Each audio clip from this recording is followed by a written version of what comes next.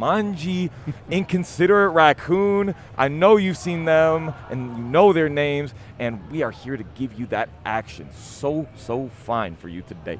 Man, it's a very interesting tournament that I'm looking forward to almost more than a normal tournament. Because as everybody who's following Tekken knows, there's obviously multiple tournaments happening this weekend. You've probably got a double stream, or I hope you do, of both Tekken World Tour Finals and this, which means we've got a lot of the people that might normally not make it this far because we got some invaders from outside Chicago coming in to steal some top places. We're about to see a show between all of that local talent and some of the regional stuff as well, so it's going to be very exciting. Yeah, you're going to see a lot of faces that maybe you don't know, and maybe they've become some of your favorite players. That has happened to me many, many times. You go and you say, wow, that guy, he is moving. He is getting it in out there. Speaking of which, we are about to get into our first match, and that first match is Victim of Ritual versus Odell the Finest. I got to take that back. It went to the other direction. Donnell, 1, 2, 3, 4 versus Shiro Fanatic. Excuse me on that one. Yeah, so, I mean, again, if you've been paying attention to Midwest and Chicago area Tekken, then you'll notice some of these names, and it's like, okay, cool, show what you've got on the big stage. Yes, Donnell, well known for his Kazumi gameplay out here, and I'm so excited to see what Shira is going to bring.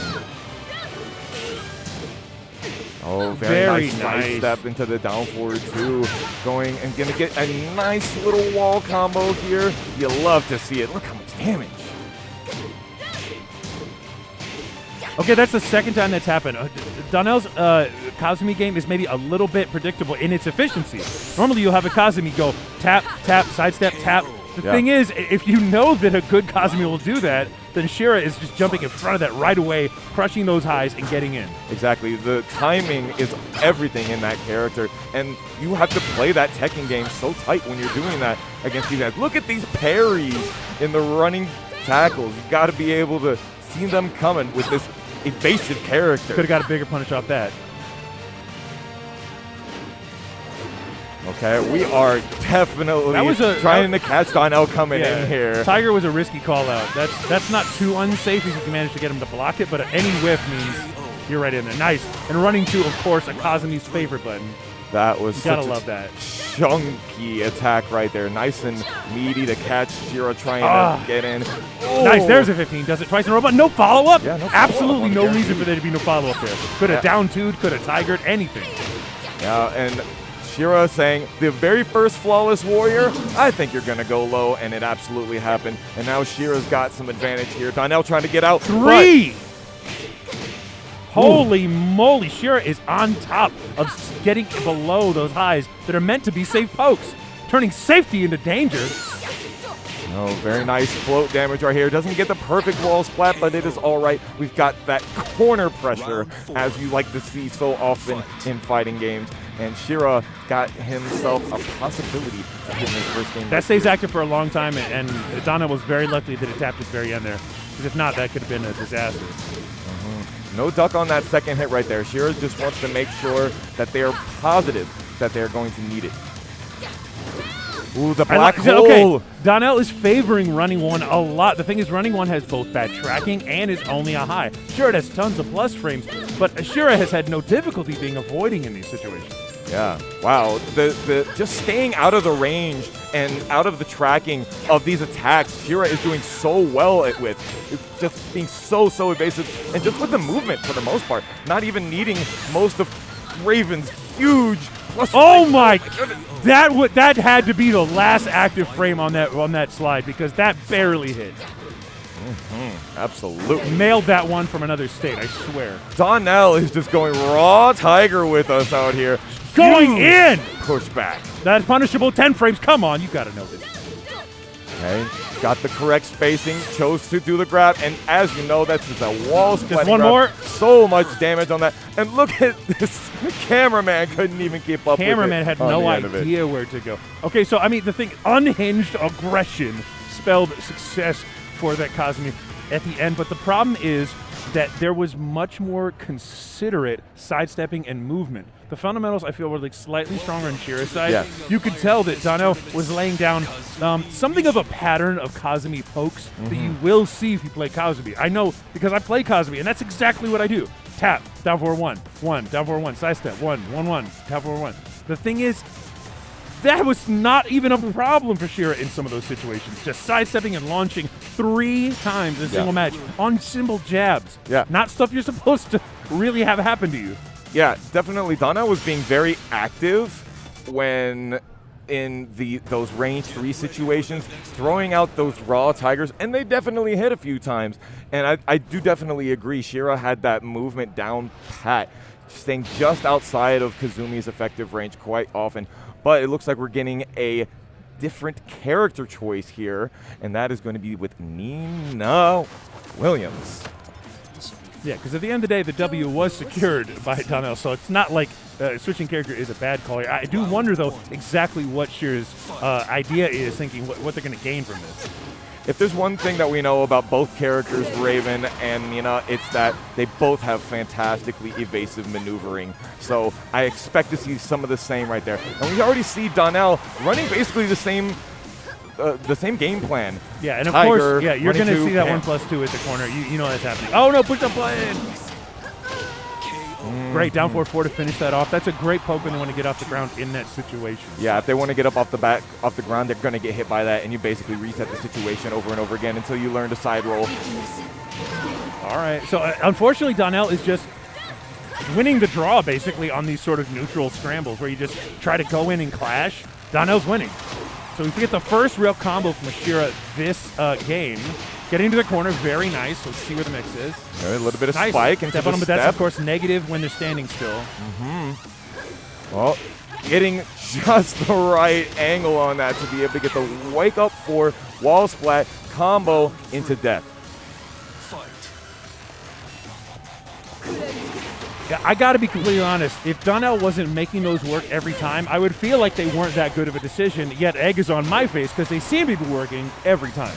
Right. It's not a situation where we're seeing Shira do sidestep into dashes or anything like that. Fearless nothing into grabs. These grabs are just working. You got to side roll there. Otherwise, you're not going to be able to get up. Even if you make that kick whiff, it's like, okay, well, it recovers so quickly. I'm just going to do it again. There we go. See, that's the right response. Donnell is not going to be positive after a blocked tiger. Tigers are not safe moves. Yeah, maybe a Nina forward 1+2, very far-reaching move. And that may do it in that situation. We haven't seen the Donnell special just yet. I expect to see it at some point here in this set, but we are getting there. No duck on the second hit of the wall standing 4-4. All right, put him in the corner and get him splatted. Very, very nice. Of course, that grab does extra damage since you get the wall splat, and then the Gilkey after that is fantastic.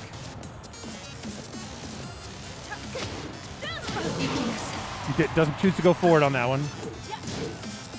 Okay, trying to slap him away. And Donnell chooses to do a little bit of slapping of their own. Raw. Got the low. Oh, my goodness. Back into the corner. Remember that side throws can only be broken by hitting the button of the very specific side that they're on. We're sub-zero sliding. We're stepping, wiping the floor, and kicking them while they're down. Oh my gosh! The power crush, guy! The sunken head. Oh, I can't believe you would do such a thing. How could you do this? The power crush with your back to the wall.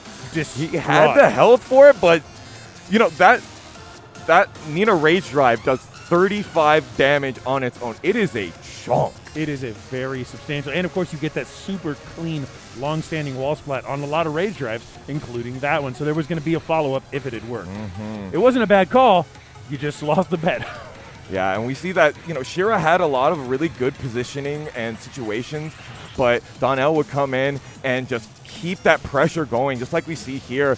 All these running twos, the slides, and just all these big knockback attacks as well. So right there, we saw an opportunity for punishment, and this was a story throughout this match. Shira, unfortunately, for all of their great movement, was not doing very good in punishment. If you were to play them online, that would not be one of the 3 stats listed underneath that portrait. Unfortunately, pressing buttons at wrong times too. There was a moment here where you'll see at the very end of the game while we were playing Cosme, we had a blocked health sweep, which is, of course, on all characters launch punishable. Nina could have simply Rising 2, anything like that, but did not happen. It's so unfortunate to see those situations when you have a very good player that has maybe one Achilles heel. I think punishment really was it. Block punishment's such a fundamental but key part. There it is. Gets a standing 1, unfortunately. Yeah.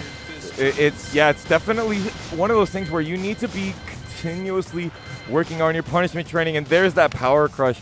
Oh my goodness, it was just a great match to get us started, honestly. With all of the small flaws in both of the players' play styles and all of the shining moments, it was a great little beginning for our business here. And speaking of that business, we're going to have some Nina Williams of a different nature this time. Probably, I would say, top 5 Nina Williams player in the world, if you would ask me, and definitely top 1 in this building.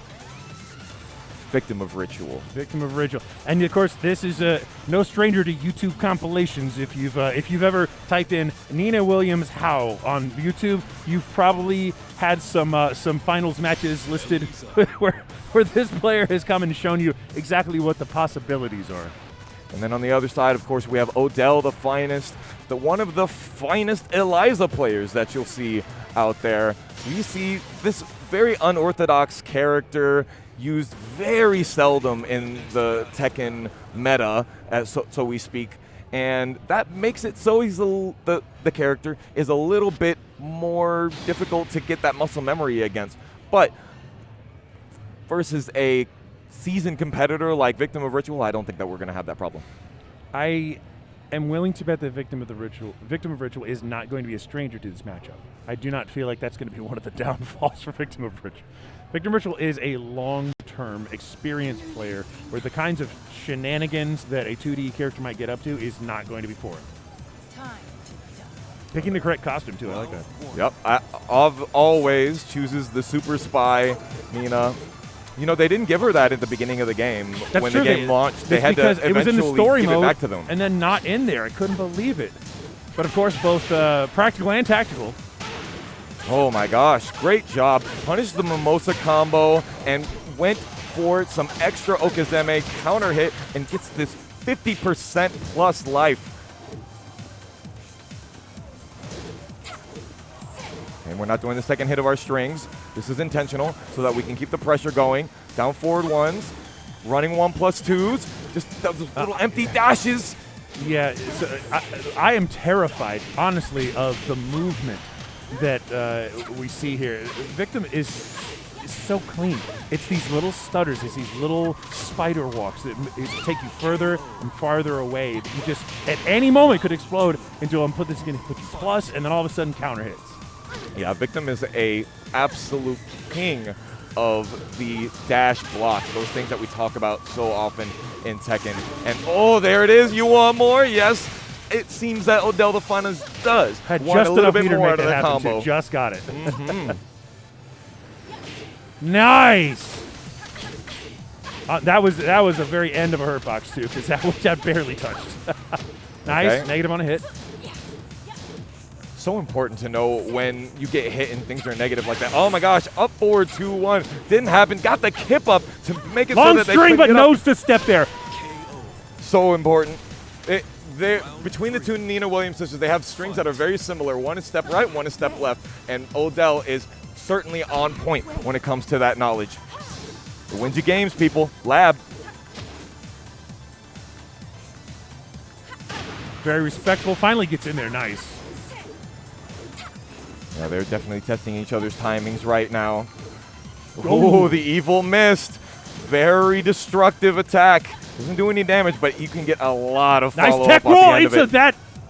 Wow. Oh, there it is. The counter hit And we're going to the Sub-Zero other wall slide. There we go. The butterfly loops. Just a couple into some extra Oki. The sway back is so powerful from Nina. Tries to tap him with 4. Does not work. Ooh, sidestep left. Oh, it can toe tap. definitely work, but the sidewalk maybe would have been a better option there. Okay, trying to get those grabs up. 7 seconds remaining. Popping them up. No, nice. thank you. You like that damage? Play some D. Oh, no! Wow, just at the last moment, the Moonglide 2 was trying to avoid the risky low that might have done it, but honestly, you should have been afraid of the mid. Definitely. And Nina has some great options for reversals and situations like that. Up forward 3 is one of those moves that like super fast attacks that can beat those lows and beat out those really quick mids. But the team is on a tear. We are moving and schmoving and getting in there. Look at how far away she wipes the floor from with that get out there. leg. Good luck. That was the right move there. Nice clean wall splat on standing 1-1+2. Uh-oh. The wall splat was a little bit odd there, so that caused the Eliza to not have it work for them. And you get a little bit of help and a lot of bit of meter in that situation. Oh, very nice. Ooh, that was a gamble. And that was honestly a great pause. Didn't do it instantly, waited just a few frames to lay it out there, but still sniffed out. Which sometimes when you do that like kind of layering, you're hoping to say they guessed the low, but then by the time they don't see the low in just a fraction of a second, they've already chosen to commit to something else. Then it hits. But, stayed strong, close to the ground. Yeah, Nina at the wall is very impressive, and one of the things that you expect to see is one of those very powerful mids that she has. While standing 1+2, obviously the butterfly attack is certainly something that could do a lot of damage for you, but I think we're playing not so much on the hit level mix-ups in this matchup here between these two players. We're playing on the timing mix-ups. That's really what we're seeing. We've not seen many mid-counter hits happen in this because both players are more than happy to let things finish, wait, and respond, and they're really not laying out too many unsafe things. It's those evasive lows that are sort of sneaking there and they get some counter hits, like obviously crouch dash 3 from Nina is getting real in there, and the same thing for Eliza, getting that crouch 3 into uppercut a lot of times. It's just, they're not giving each other that many opportunities for like these big Tekken moments, They're having to draw this down to the timer so many times. Yeah. I'm glad you said that those big Tekken moments, because absolutely what we are seeing is the perfect definition of small Tekken. Is what we see, and we hear about it all the time. We're trying to get that counter hit back for a couple of times here, Victim of Ritual is, but we haven't seen it land just yet, but huge amounts of damage. Starting to run with the plus frames. There are a few opportunities, and they're so infrequent that you can understand why they may not be getting punished. We're seeing a few down forward, so uppercuts. Those are going to be negative on Nina's side, but we're just not seeing any punishment because in the moment you're just like, oh snap, there must be another part of the string coming or some other thing that's going to trap me, and you don't capitalize on those moments. That's what good small Tekken will do, is make players not willing to push on you in punishing situations. Okay, we're using the Dark Wave to take a little bit of extra frames so that we can time out. That, especially when the Dark Wave is even more active, you want to be super careful in those situations. And to your point, Victim is using a lot of safe moves. Yes, Nina's down forward 2 is safe on block. The wall standing 2 is not safe. The sidestep 2 is not safe. But we are seeing some Odell business here. Just very, very tight stuff. Not a lot of those big counter hit launchable, or excuse me, launch punishable sweeps. Oh my gosh, the dive kick at the wall. Nice. And the thing is, that was completely a result of the fact that Victim was feeling desperate. After 30 seconds of Tekken and not getting many results, you start to get a little desperate. You notice, wow, he timed me out last time. What do I do? What do I do? Oh, now I've been hit. Oh, yeah, definitely. Yep. It's one of those things that we talk about with tension. You keep blocking and blocking and blocking, and eventually, you just don't want to block anymore. That whole time. That's exactly what's happening here. Odell's doing so great, just saying, yeah, run your string, and as soon as you're negative, it's my turn, and let's see what I can do. More than happy to just take turns. Let's do some turn-based combat. We see so many of these sways working out for Victim, and they're getting evasive maneuvers, but none of the sway back fours, none of the actual punishes from getting the sway back and making the whiffs happen. And look at Odell, has a bar of meter here, over 50%, and the life lead with 13 seconds remaining. It's going to take a lot for Victim to do this. That was big. Such an important low parry right there. Could have blocked it and got a staggered low, and it was just not in the cards for Victim of Ritual right there. I would consider this an upset. right there. I think on paper, definitely. I mean, having watched it, if you didn't know those two players, you would say that was pretty one-sided. Odell really didn't have the early start, really taking time, which is what typified the whole match, taking their time. It was that whole last couple rounds were not rushed at all. It was just a Saturday stroll for Odell, taking the time. Oh, you know what? It's my turn. I'll trade. You get hit? No, trade. And when you start get desperate, EX. Yeah, and let's look at, in all of these clips, let's take a look at the timer. Just as we were saying, they're taking their time. It's going down to the 10-second mark, 12-second mark, timeout almost every round. There are players out there, they're like, guys, it's a 60-second game. Use every piece of time that you have. Use every moment. Use all of it, because you've got plenty of room to make your opponent make mistakes if you use that. And here, exactly what we were seeing. Victim using the plus frames, but Odell just not opening up, not wanting to do anything other than backdash and just go, I know you're going to want to try and get some damage out of me. We're on infinite stage at the end there, and a low was the only thing that was going to really do it and get a momentum rolling, but wasn't in the cards for him. No, and that's it's when you watch players progress through their Tekken skills, and when they start out and they learn their first combo all the way up to when they show up in top 8s, you can track sort of what kind of game plan can you execute. Somebody who's just starting out the game can't execute a patient game plan. Their defense sucks. But you know what? Odell's defense doesn't suck. No. It's like we're seeing a moment where, yes, you can throw every string you want at me. Do whatever you want. I'm just going to block it because my defense is on point. That's what made Victim so desperate. Had to go for those launch punishable lows because that's all they could think to do. Yeah. That is definitely a problem with Nina. She doesn't have many lows that will cause you to be like, I think I'm going to block low here. You can pretty much just hold back and chill for a lot of it. Some of those biggest lows that they were only so big because they were counter hit lows. Yeah. In those situations. Yeah, full crouch down forward 4 is not a naturally launching low. It's a snake edge that doesn't even launch you. It only does it on counter hit. So you would see forward 3s and maybe even another from crouch down forward 4 happen again. But you're really collecting somewhere in the neighborhood of 35 to 40 damage. That's fine, but man, for something that could get you 70 in reverse, the economics aren't there. It's just simple mathematics. It's all mathematics. Most Def taught us that. Most definitely. We have got some beautiful Tekken going on here today. That second match was a doozy. It was, that could have been a top 8 match, a grand finals match, any of it. And a very different kind of match with the first one we saw, where that Kazumi was just going in. I'm running too. I'm finna running too. Hi-ya! Hi-ya! That match was all about movement and aggression. This one was about patience and defense. Yep. Wonder what we'll see in this next set. First of all, I'd like to say these players are some of my favorite to watch in many situations. The next ones we got up for you are Inconsiderate Raccoon, possibly one of the best Feng players that we've seen, especially in the online era of Tekken 7, versus Sol Naciente, one of the best King players that we've seen alongside. And if I may say so, look at the hair game on these gentlemen right here. It is crisp. We got Raccoon with the dreads and Carlos with his beautiful, relaxed, straightened hair. He usually has the curlies, but he mixing it up a little bit now. And I am just loving seeing these two in person, close up and personal. I think it's going to be a fantastic set. I am very excited to see Inconsiderate Raccoon's Feng, because a lot of people consider Feng to be one of those characters now.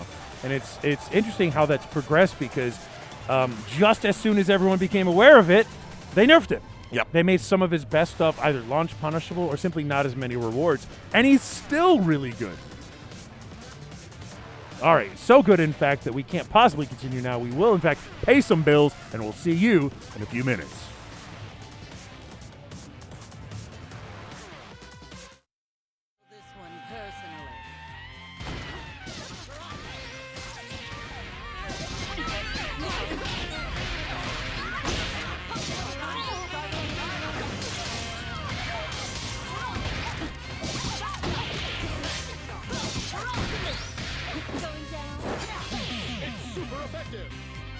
Now available in Skullgirls Mobile.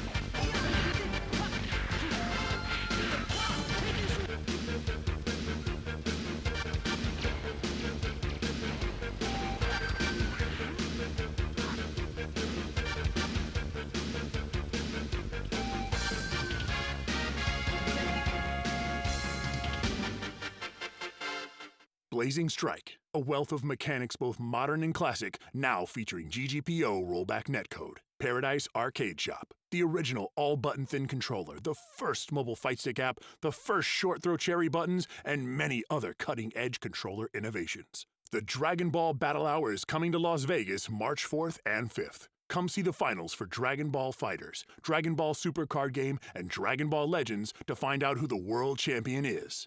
Hitbox brings you new ways to take control of the game.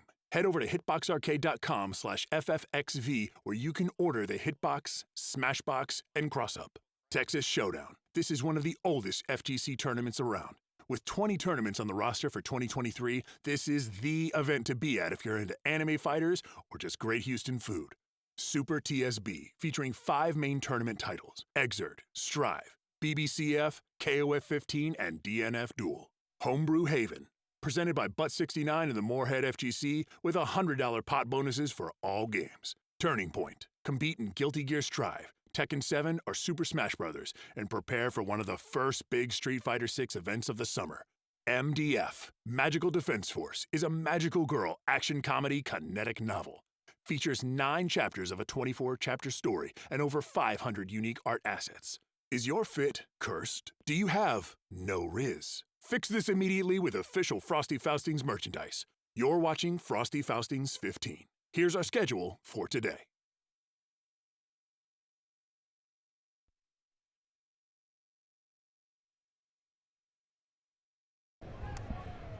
And we are back with the Frosty Faustings 15th Anniversary Royal Edition. Inconsiderate Raccoon and Carlos Sol Naciente, the king of the Midwest, bringing you the hype. I think we're going to see a lot of aggression in this set. Inconsiderate Raccoon is one of those players that cannot stop moving, likes to jab a lot, 1-1-2, 1-2. You see a lot of that. And Carlos Sol Naciente, we see a lot of the push from him. Whoa! Yes, you're going to get a lot of that in this set coming up right here. And, of course, the only way to play King with the suspenders, we're going to do some business out here. Well, starting with down jab is in second interaction. Definitely an interesting way to start this off. Okay, Inconsiderate Raccoon hits with the exploding dagger right there. Oh my gosh, the sidestepping. I told you, Raccoon, his movement is ready to go. Oh, gets countered at a wake up. He chooses not to go for the guaranteed option on the end. Very of the respectful approach. Yeah, Carlos is just really trying to make sure that he sees what he needs to see. Sidestep, even on the situation of the oh my gosh. If you play King, you know how crazy that rage art can get. He just moves so far forward in the middle of the cutscene, and the cameraman just loses track of everybody. It's so interesting. Nice, good break. Good break on the Shining Wizard. You get a guaranteed throw on that crouch throw. You have to figure out the 1 or 2, but it's guaranteed after you get hit by that. Nice, good punish. Too. Hey, interesting down jab here. Maybe he was going for the full crouch down forward 1. Not sure. Okay, again, those jabs that I was talking about. All right, we're going to break the arm and immediately break that. Yeah, 4-4-2, one of the things, key button, you'll see it from most people who know how to play the character. It is a safe approach mid. That was a really nice whiff punish right there. Back 1+2, the Iron Fortress does so much damage, 13 frames, very quick. It's it's got a great verticality on the hitbox too. You'll notice a lot of people's 13-frame mid tools will not have that kind of like amplitude. It touches from the toes to the top of the head. Oh my gosh, once again, stepping left seems to be the Raccoon style this set during this matchup at this moment. And we are just seeing so much aggression, just as I said. Raccoon staying range 1 and range 2 that whole time. Even after he got hit by those grabs or the DDT and was like, all right, I'm going to chill. Chose to stay on the floor for a little bit, which is very dangerous against King if you are in fear of getting gripped up. Whoa! But Raccoon is very composed, ready to go. Let's see how Carlos Sol Naciente is going to bring it back in his favor. One of the things you'll see from Consider Raccoon, people out there watching, is that there is a very calm demeanor to the confirmation and continuation of those pokes. So you see a 1-2, and then you see another 1-2, but only if it hit, or a sidestep back 4. It's a good understanding of when to press and what to press. Ooh, yeah. Oh my gosh, that backswing blow, we don't see it very often from the higher level Fang players, but it is certainly always an option. The second time, it is launch punishable. Let's not forget. But Raccoon feels so confident in the timing that he's just letting it rock. The brakes. Oh man, oh man. He just let that one sling like a twin barrel shotgun. Come just home to mama, just right in there. Yeah. Look at these stepping. Again, Raccoon, once again, just not able to stay stationary, and Solk just cannot lock him down. Counter hit Leaning Mountain does 36 damage. It really, really rocks the dude. Oh, you have to be so close to get that down forward 3. Such nice a great button. Those visceral attacks at the wall. They show. Oh, you just gotta love this character. You get the zoom and the hit pause and all that stuff. It's lovely. Okay, doesn't go for the grab attempt. Nice! There it is, the Iron Shield. It is so good. They nerfed it, but that don't mean you ain't gotta use it. Nice, a break on the first one. Honestly, Raccoon's breaks are out of control right now. Definitely. It's broken every crouch throw, and so much great composure from both of them. The first jab punish on the Iron Palm that we see right there. This grab break animation, you never know if it's going to break or not until like halfway through the animation. Because it has a long window before the animation change happens. You're right. Yeah, and just as I said it, it was the one grab that didn't get broken. Okay, trying to counter hit push. Sol is feeling a little bit more confident with the timing of this matchup now, but still, Raccoon is being so evasive. He just cannot get in. Just slaps him right across the cheek.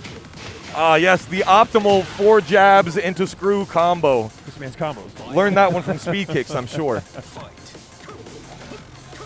Okay, duck into grab. Yes, a true king main. Spring Second kicking. time that's actually worked.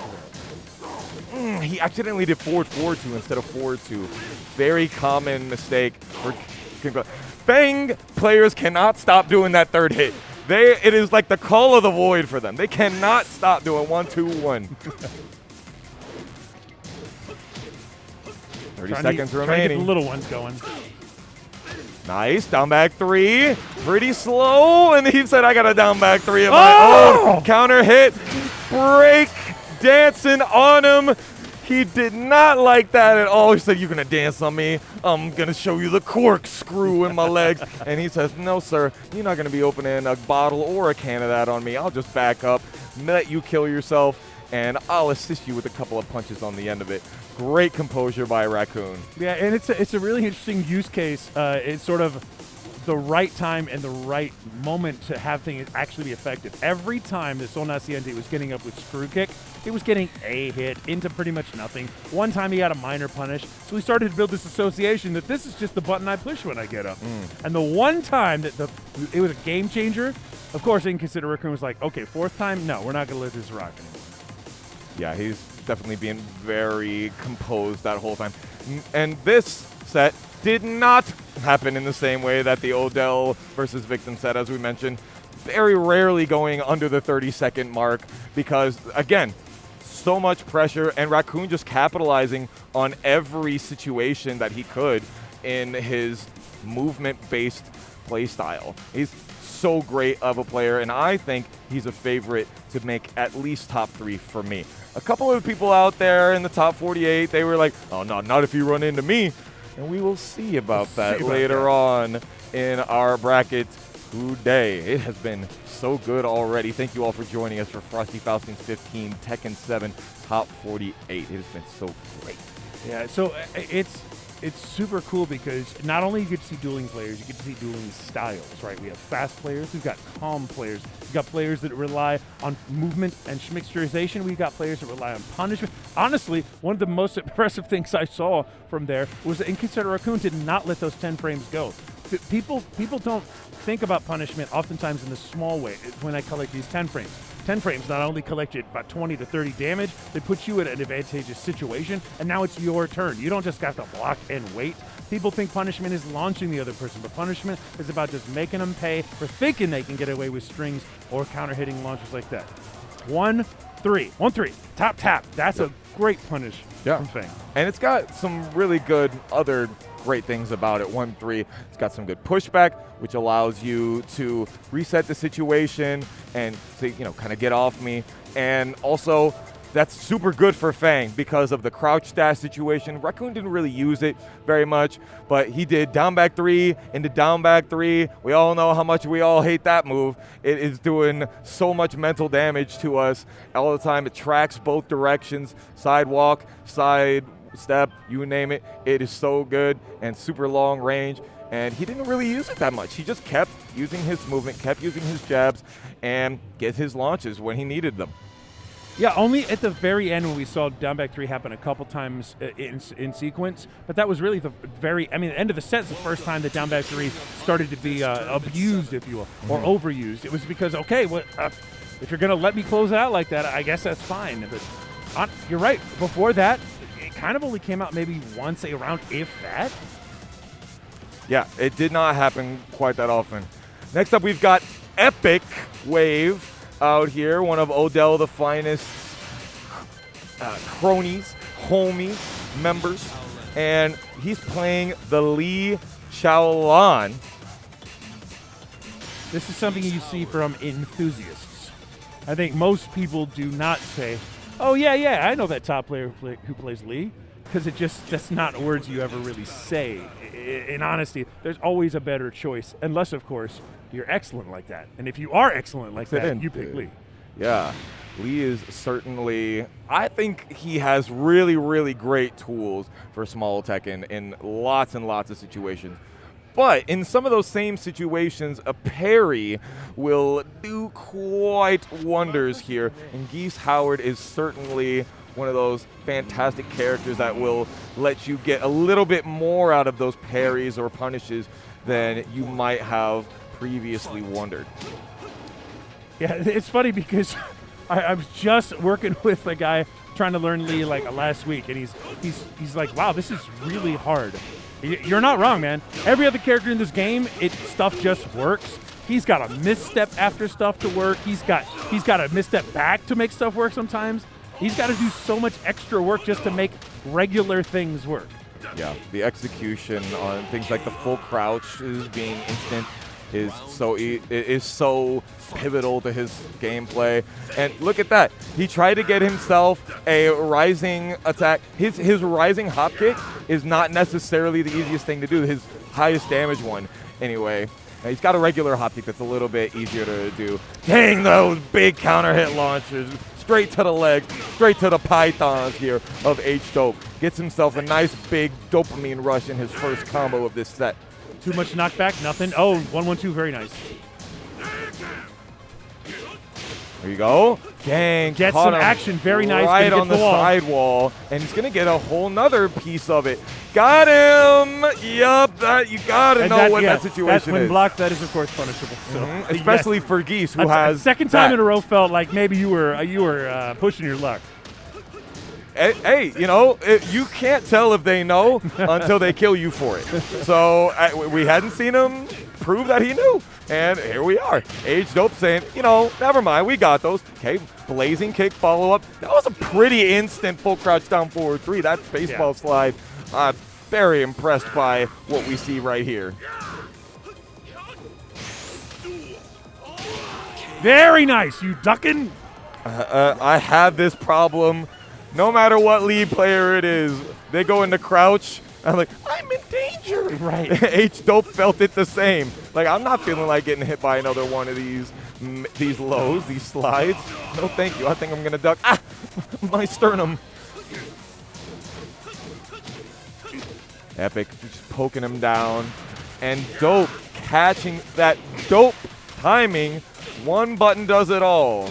counter hit down 4 can get Interesting so little pause to the combo there. I'm not really sure that may have been intentional, but I'm willing to bet it was a drop. It seemed like there was a wall that they thought was going to happen. It's going to be they were right there, yeah, but it was not. Yeah, it's a longer stage, that first rectangle of it, than you might have thought. Oh, minus 13, not minus 14. He just had it on the brain. He was like, I'm going to do this move right after I block the next thing.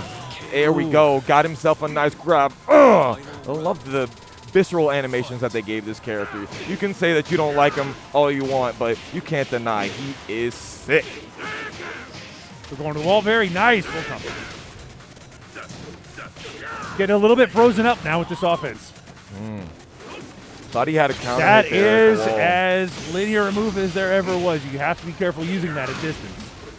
Yeah, one of the most high damage characters when it comes to the back turn damage. H-Dope knows how to optimize those combos, and they were actually on the back foot for quite a while at the beginning of that game, but they were very composed in the end. Took it out. Yeah, so there's a couple things I noticed. Lee's while standing punishment is a little bit tricky because you can sometimes accidentally get that full backflip when you do up forward 4 from crouch. Right. So some players will elect to simply do while standing 2-3 to get 4-4-3. That's only like 50 damage. It's not that much, but it was sure as heck fire. A lot better than the punish we got. Yeah. So I mean, sometimes you just have to say, I'm gonna get this. This is what I'm gonna get. Just go for it. Right? Don't say, let me lose some stuff in the mental stack, because that's definitely what happened. Interesting stage choice we have here. Lee is known for his long wall carry, and the amount of damage that can get done from that long wall carry is, it's dependent on how far you can do it. And Geese actually, I feel like, really benefits from the shorter wall carry. He can get these parries at the wall and can do so much. What in the good googly moogly? You literally, in the middle of the Acid Storm. Acid Storm didn't beat that? Nope. It was not active enough, apparently.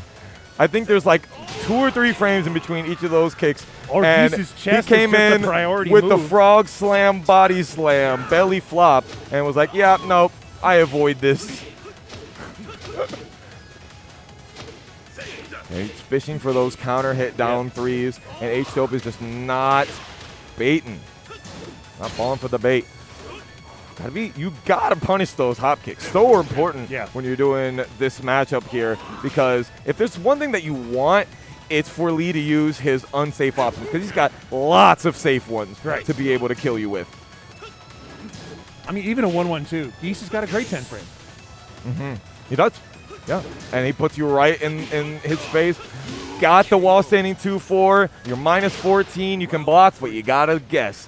And that little toe tap right there is just about as good as any damage when you got that end of the round situation. But H-Dope not having any issues with that, keeping it going. Nice break. Very nice break.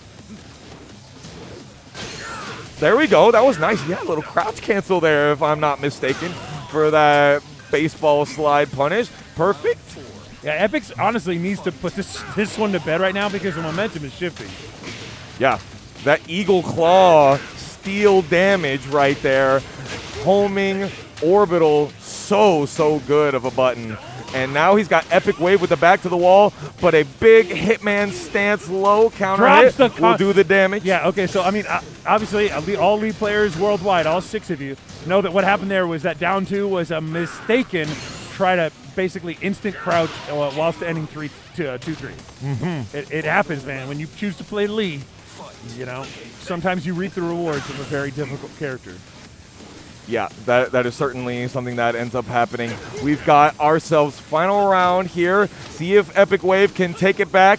Just a couple of little pokes. Keeps trying to get these counter hits. And Acid Storm, not any problem. He said, I know you're not going to do the last hit of that. That was a good mix. Ooh, nice. 4-4-3. We got a little keep out going here. Remember, guys, this is a 60-second game. Yes, Raccoon. We're zoning out here. Tekken zoners. That's unsafe, yes! And of course with the meter, that was a trivial punish. Lee's armor is launch punishable. Launch punishable. This is a really common theme when you see moves like this, right? You always got to understand the iron ratio. If it does more than just knock you down, it's armored and it's a mid, it's probably launch punishable. That is a wall bouncing move. Yeah. I'm reminded of a couple of things that I've heard from top players before that says, if it's going to kill you if you don't get it, don't do it. And that is absolutely, he did 4-4-3, which basically would have done the same thing as the armor move, but he did the launch punishable, and Dope was just ready for it. He was just ready to punish. And he was able to take that momentum that he was losing in the very first game and just roll with it, and just roll with the punches completely. And just, and with punishment isn't really what I would say. They were just getting some regular punishment and just punishing Epic Wave for their mistakes. Yeah, and plenty of 1-1-2s. Geese has like a very budget, flash punch. 1-1-2, it's plus, leaves them standing, but it lets you keep that momentum. It's important to do those. Not every punish was optimal, but punishes were abound everywhere, including on those slides. Just that was a huge difference maker. The skill differential on these players is not so great that it was some sort of landslide, but Dope was punishing. And Dope was not really worrying about ducking the strings. Like, he wasn't worrying about ducking while standing 2-4, while standing 2-3. He just said, I'll just block whatever it is. I'm not worried about it. You didn't catch me with the first hit, so I'm safe. I'm good. He could have even parried. I'm pretty sure that, he still would have had to guess because Geese parries, you have to guess high or guess mid. I'm pretty sure that he could have at any moment been like, yeah, I saw you not get that first hit of while standing 2. I bet the second hit's going to come out mid or high, and just gone and blown him up for it. But he said, I don't need to take those risks. I don't need to do that. And, Epic Wave ended up taking a few more risks than him. Right. It's so basic when you say it out loud. You're right. Like, don't do a thing that would get you killed. Except we do it all the time when playing Tekken. If that's the most sound and profound piece of logic I think you'll ever get when it comes to Tekken. If you doing it failing means you die, maybe don't do that. No. There's lots of different options that could work out for you. And if you were to follow that like across the board, then you'd just be playing small Tekken, right? You'd just be playing clean small Tekken. Don't do something that could get you killed. Yeah. If you do that, you could be like these players right here. Odell. You too could be a professional. Odell the finest. We see yet again. We saw that great small Tekken last time. And Jumanji, one of the Yoshi players in North America. He likes to say that he's ready to go for these matchups. And look at his labbing work, ready to go.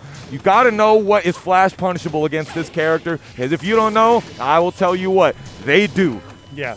And one of the great things about playing Yoshi and being unafraid of flash is that you'll have these people who are like, I've got this great layered poking, and it just is so exposed by a move that will counter. Absolutely. Jumanji just being really patient, not trying to really do much, keep out. That down forward 2 being the first version of it. No, didn't want that. I think he was trying to get the EX version of the dive kick because he had the meter, but it didn't work out. And look at that, the meter is spent. Spent meter, yeah, got knocked out of what I think may have been an EX dive kick. But obviously the DP would have been, invincible. But yeah, that's crazy.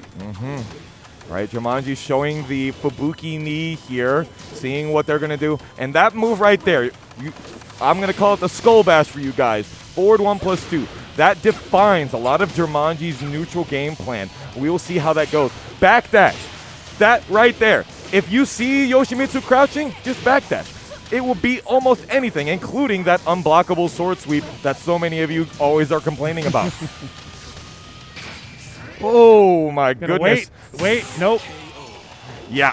That one is actually a regular parry for that super rage art.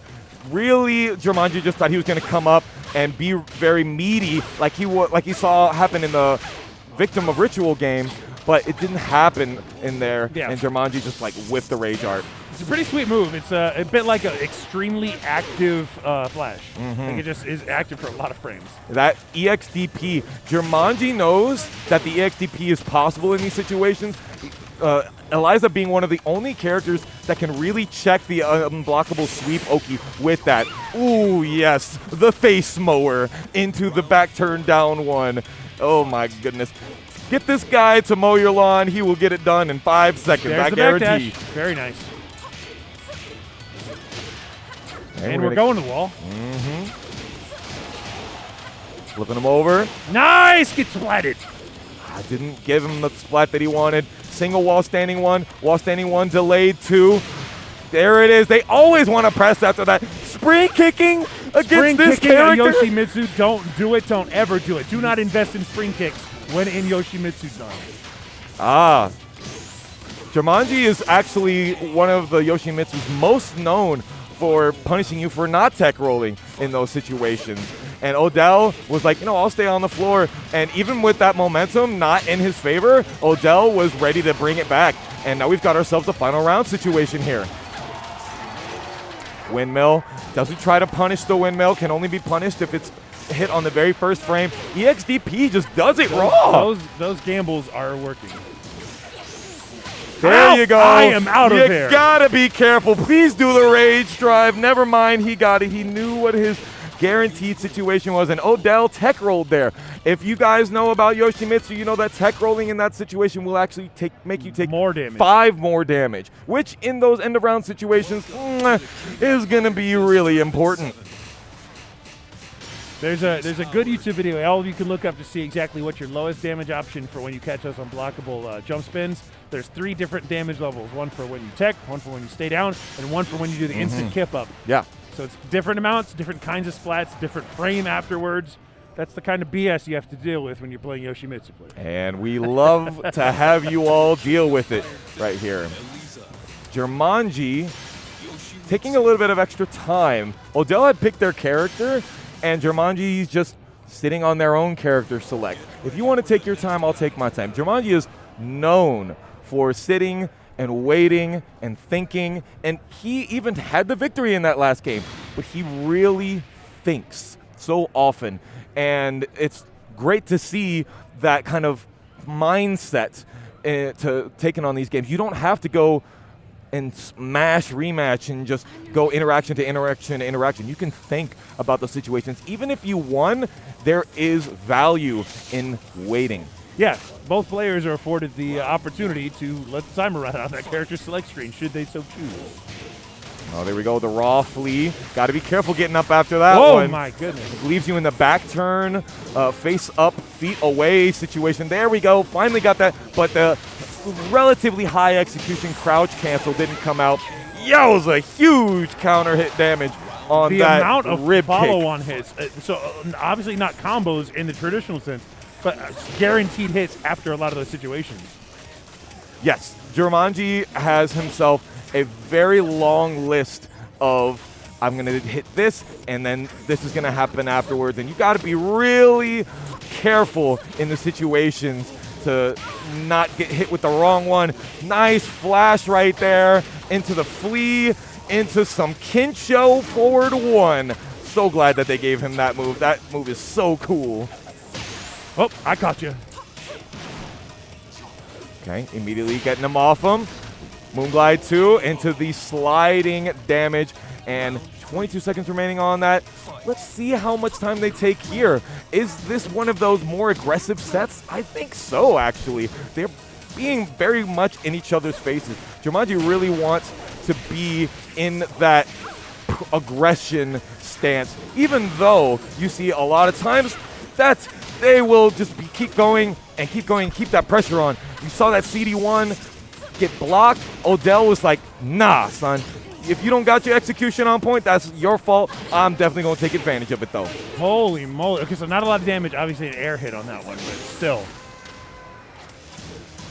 That's punishable! Okay. Oh, it went for his own punishable attack. Down 4-1-4. Jails.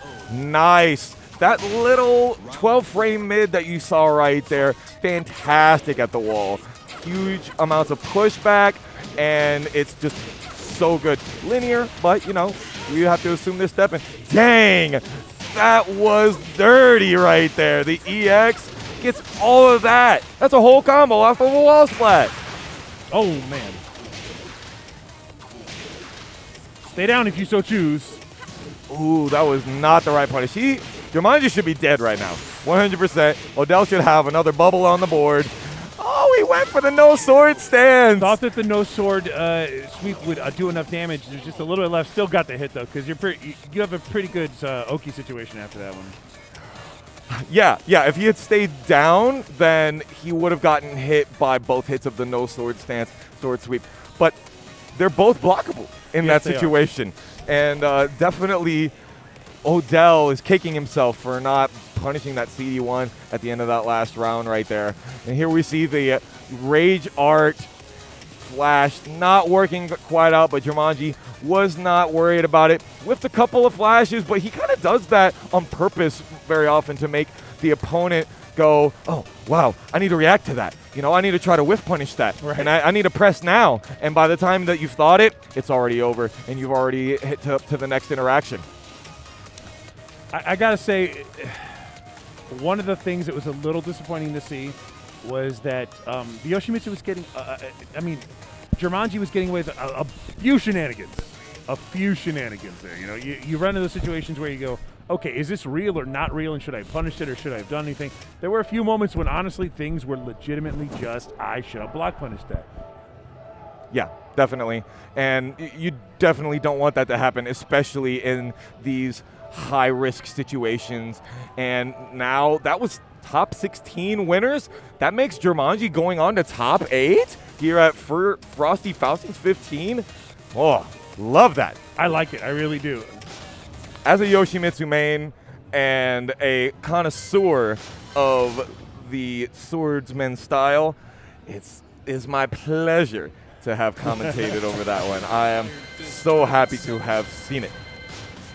Next up, we have ourselves Donnell, the Kazumi main that you saw a little bit earlier, versus Azure. For those of you that are a little less aware, they have a longer name, Azure Bokeh, as well. They are a 2 main character player in general. We see them play Lucky Chloe a lot, but I expect that we see Kunimitsu here as well. One of the more seasoned Kunimitsu players doesn't end up entering that many big online tournaments, but they do end up helping out with their Michigan scene quite often, and we thank them so much for all the work that they do. And I am really happy to see that we can look at Kunimitsu a little bit with a different light now that she's got some nerfs on her. There were a couple things that definitely needed to go a little bit backwards here. Speaking of going backwards, Kunimitsu's backdash did not get nerfed, and we are on the infinite stage here. Oh, no. Yeah, so after those nerfs, like you said, a little bit less Kawaiabunga. It's just, it's more, okay, there's some risks to what you do. That was amazing. One of the things in this particular matchup, and I know this because I have suffered through it, is that dash 3, which is going to be that low, it's negative 15 on block. So when you sniff it out, you don't have a very good 15-frame standing launcher from Kazumi, because her standing 2 is 16 frames. Mm-hmm. It will not punish it. So you've got a hop kick, and every once in a while you'll be at a weird angle or just too far away to make that work effectively. So it's kind of there's a few quirks like that make Kazumi at what I would call a slight disadvantage. Yeah. Azure not getting caught by these grabs like the last opponent that we saw Donnell take advantage of here. That was a really schmexy combo. That involved a couple of things that maybe would require a little bit advanced execution. Sure. Well, actually, the cross dash 2 there is bufferable in that situation, that little instant screw that you can do. But she has really fun combos. Oh, there it is, the sidewalk into the rising moon slash. We are going to get lots and lots of distance here. Wow, the back turn into kunai. We are definitely cooking out here for Azure. And Donnell not quite sure where to press their buttons in here. There it is! That was a bet! The Donnell special. 1-2 into down forward 2. Offline strats. We call them offline because we are out here. Never say that they are not going to work offline. Never say that won't work offline. I'm a big fan of pressing down and forward too in situations where it's like their turn. I love it. It's good. You got it. You literally have a tiger upper. There you go with that down forward 1-2-1 hit confirmable string. That of course is 15. Counter hit confirmable. Okay, here we go with the Lotus Blade here. We're not ducking the 3rd and 4th hit. Little bits of damage here. Little bits of poking now from Azure. Ooh. Nice. That attack over top of it made them be able to go into the instant full crouch status even faster to get that instant full crouch down 4-3. And we are stuffing these rage drives out here as you're being very dominant in this set. Okay, nice punish right there. Okay, the back turn 2, trying to stab him in the back. Another counter hit. Confirmability, not breaking the grabs themselves. Can dish it out, but you can't take it, huh, Donnell? And again, what was so funny there is that Azure laid down the dash 3, which is that low I was talking about, and Donnell thought too long about it and couldn't even make the 14-frame punish work. Yeah, well, it does have a little bit of variable timing. Sometimes it's -15, sometimes it's not -14, and that really weird fuzziness of that is so interesting. I always thought it was super crazy and yet also fun that you have literally a character with a command dash in Tekken 7. It was something really odd when we discovered what it was going to be from that original trailer and all of the fire and ice effects. And, you know, say what you want about the balance of the character, but she's flashy. She's fun. Yep. I actually, I brought Tekken 7 to my classroom one time. I'm a teacher. And I was having the students play a little bit, and so many of them were like, oh man, this Kunimitsu character, she's cool. She's fun. Like, it is what it is. She's a fan of the masses. Right. You can't beat the people. Oh, I love that button! Yes, the Magic 4 is so good. Honestly, that was such a strange thing. You can do a very simple combo to get him to the wall there. Elected to do something more complicated that just did not work. Did you ever notice the cow statues in the background here? The Brahmin? I have not, actually, until this very moment. I never noticed them either on the Forgotten Realm. I forgot in the realm. Yeah, Donnell and Azure are playing these really close-range situations. Why doesn't that break the floor? That should have broke. I was thinking to myself, here we go. But we didn't go. Yeah. I mean, I understand that it wasn't coded to break the floor. But it should definitely have broken the floor. It should break the floor. Okay, whipping the Rising Moon Slash, not going for that hit confirmable string if it's not going to have the first hit hitting. Azure just keeping the pressure on. Finally, can we get a flash punch? Good God. Yeah, these jab down 4-1s, like, they work, but you got to use them in conjunction with your harder options. Where's the stature Nice, good kick? punish. You need some more Magic 4s. Get out It worked for you once, it can work for you again. Oh my God! 1-2-2, a launch punishable move. Ugh.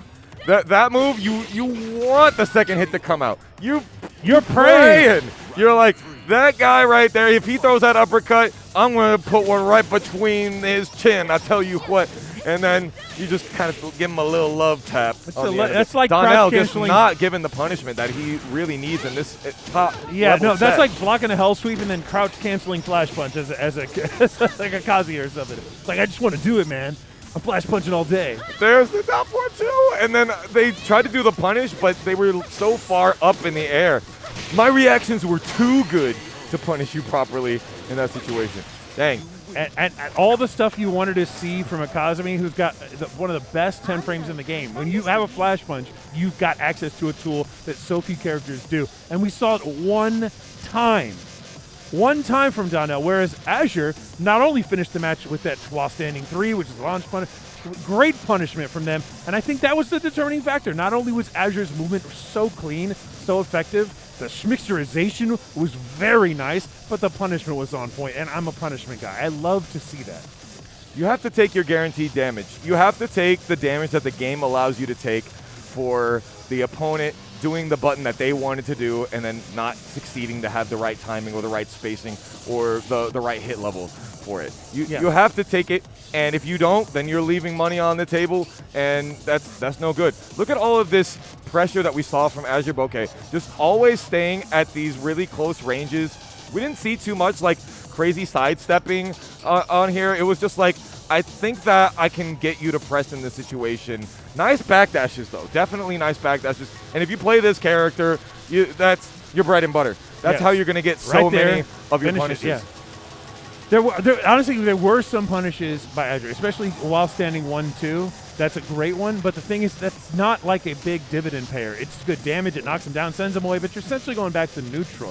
What you need is those times when you're knocking him down and your Okizeme is on point. 1-1-2 is so great because it opens him up to pressure from you again.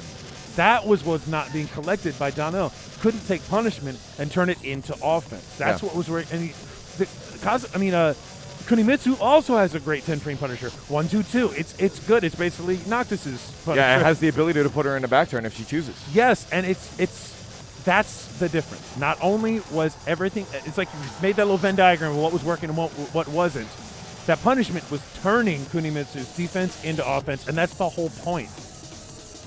Yeah, there was so much that we felt, I think I can speak for both of us, that we felt was not used with the character. We saw Magic 4 once, and you were like, oh, I love that button. I love that button. Let's do it one time. It's the best. It really is. It's so good. And it's not very common in Tekken 7 for you to get a Magic 4 that has a really consistent combo afterwards. Back 2. That's all you have to do. And only about 10 to 50% of the time are they at the tip range and can't get it. It's like, that happens, man. That happens. But it's really quite consistent and very easy to do. So when you set them up for those pressure situations, I think, maybe lesson learned, but it's tough to see opportunities slip through a player's fingers. Yeah. They're all trying as best they can to get up at that top spot. And to have those opportunities missed because you can clearly see where you didn't execute, those are heartbreakers. Yes, certainly. Now, I was listening to you that whole time, but I caught a whiff of what we're going to get to see next, and that is Trojan versus Inconsiderate Raccoon. Trojan is doing push-ups on the platform out here, just staying warm, I guess. It is 0 degrees outside here in Illinois in February. Raccoon is not impressed.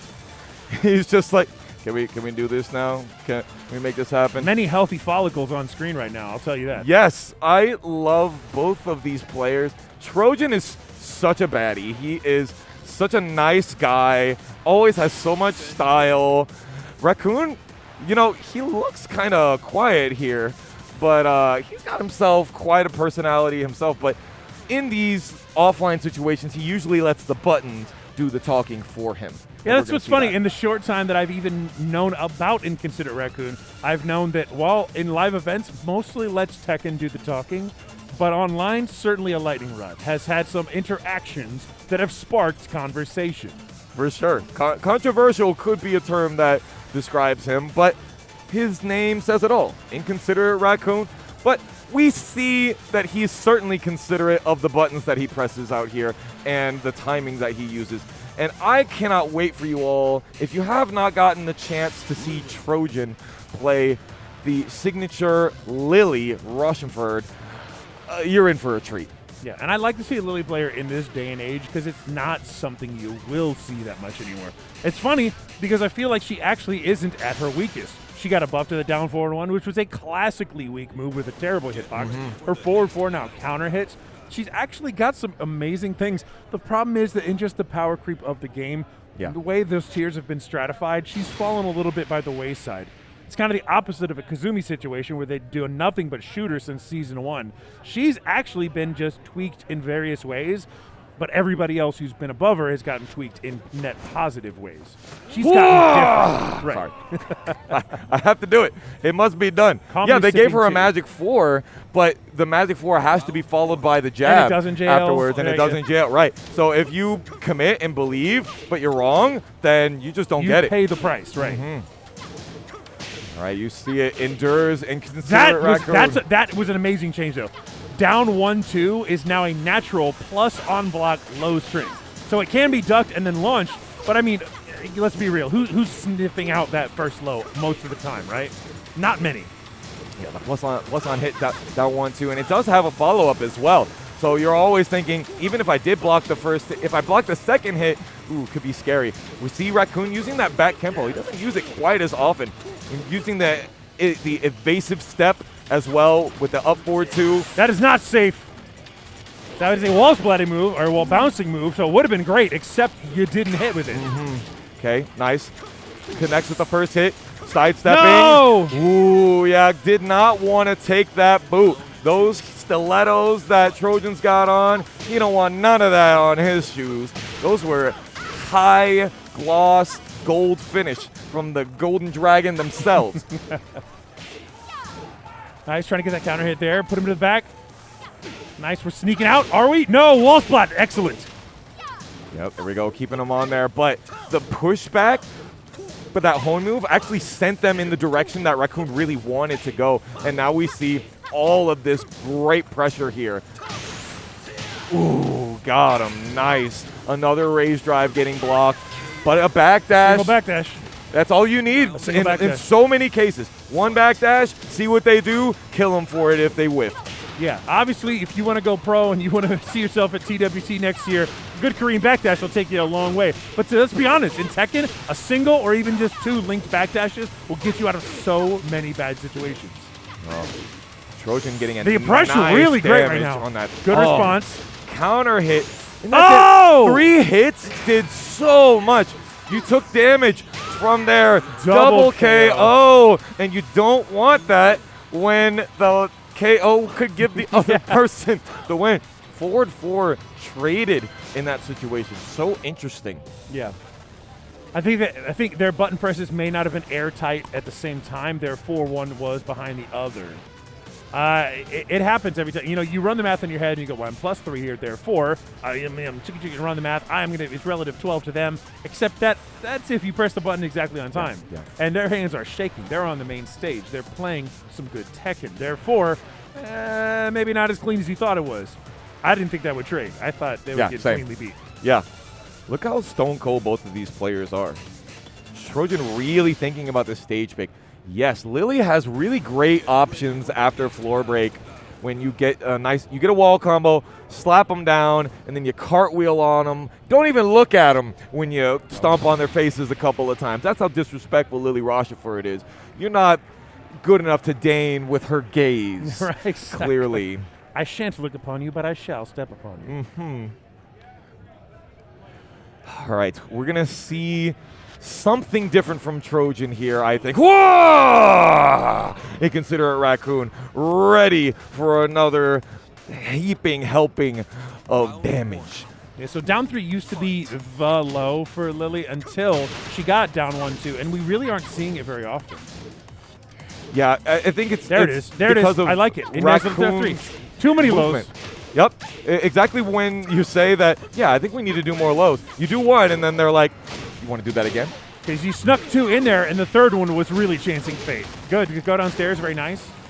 Exactly what we were speaking of before. I know you no was ducking. follow-up? What? It was a weird angle. I really thought they were going to get a You clean could have gone wall downstairs slide on with it. 4-4-4. That's true.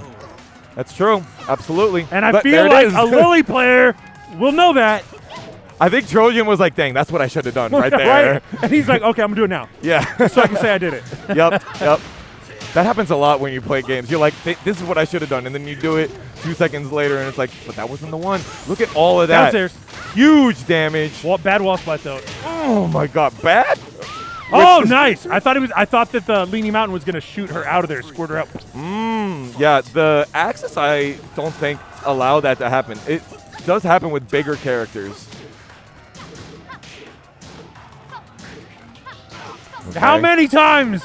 It's a very important mix-up for the Lily players right here. The feisty rabbit is coming to get that carrot on a stick. Where are we going next? Hop kicks, but we dropped the hop kick combo. Hop so kick and nothing, important. the classic. Yeah, the classic. Ooh, with the second hit, honestly, I thought that was going to get the punish. Yeah, that's so weird because there wasn't that much life left. Again, a single forward 4 would have sent him downstairs. A little less damage on that wall combo, but then you get another wall combo. Yep. Okay. Using the down 3 here to check and consider Raccoon. They're not stopping the lows. They're changing the timing, using different lows to change their timings, not worrying about needing to be in range 0. Nice. Raccoon is the one that really wants to be in that close range. And Trojan is like, I think I can poke you down a little bit and then put these heels right through your rib cage. Yes. There you go. And now that is unscaled damage on those last 2 hits. And so that all you needed was that last interaction to figure out what you needed. Yeah, so blocking that back turn down 4 is a pretty, I mean, you pretty much have to say, I bet this is coming, therefore I will do the right maneuver to be able to block it. Well, usually the answer is to do nothing. If you lay down, you will not get hit by back turn down 4 in those situations. Down 4 does not hit fully grounded, but if you do any kind of rolling, maneuvering, teching, anything, then yes, your hurt box now is fully F-uppable. You are correct. You're correct. We're going to Mishima Dojo, a true classic Tekken players stage, if you ask me.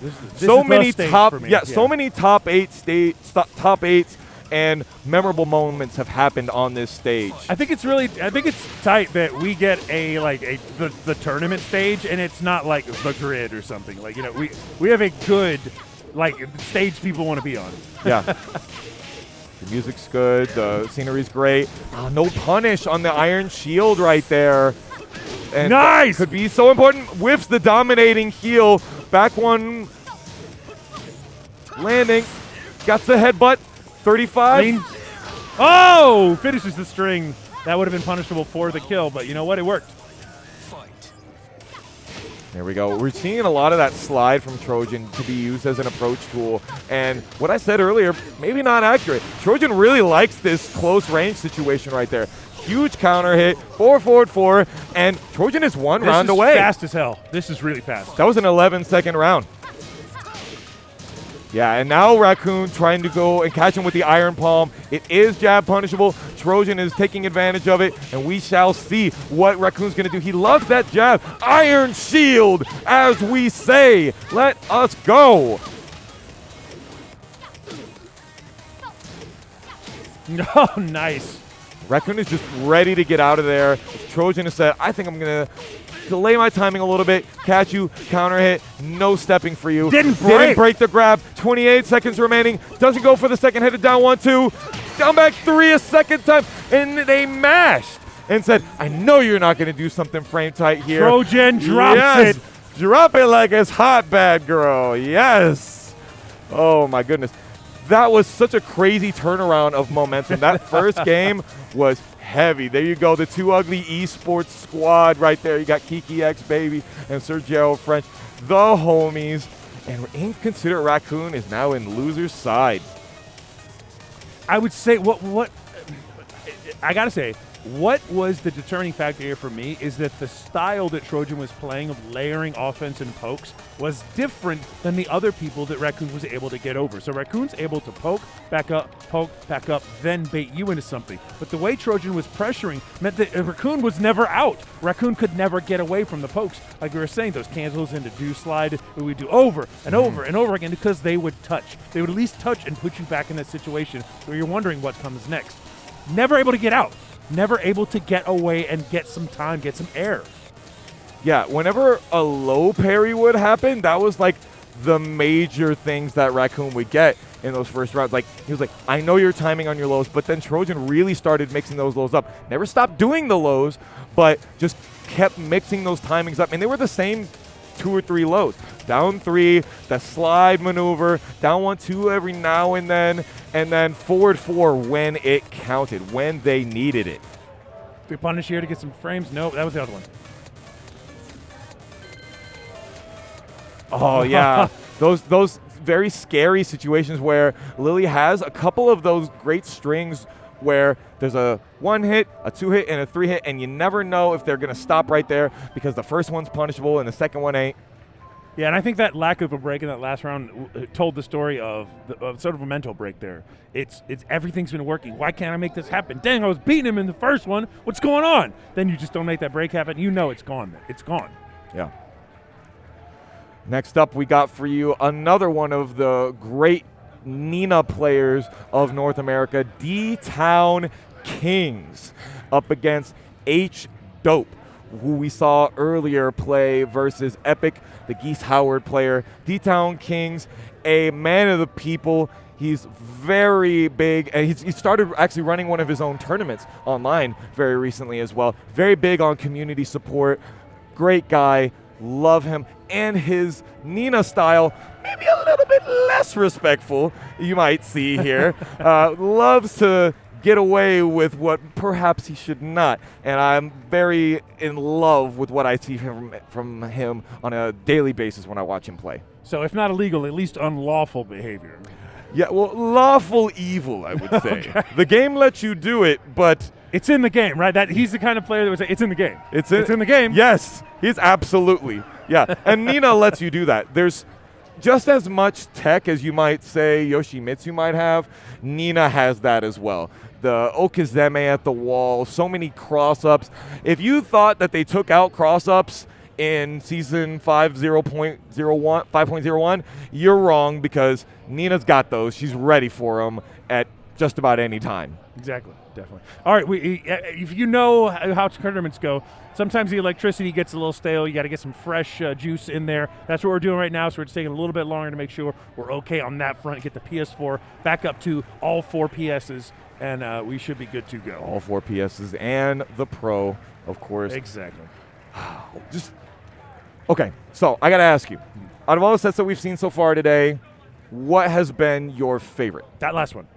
That last one was my favorite because we took a player that we'd seen be very definitive against another and have them really broken down. And it speaks to difference of style, difference of approach. It's not like that player had it from the beginning, right? We saw Raccoon win the first game.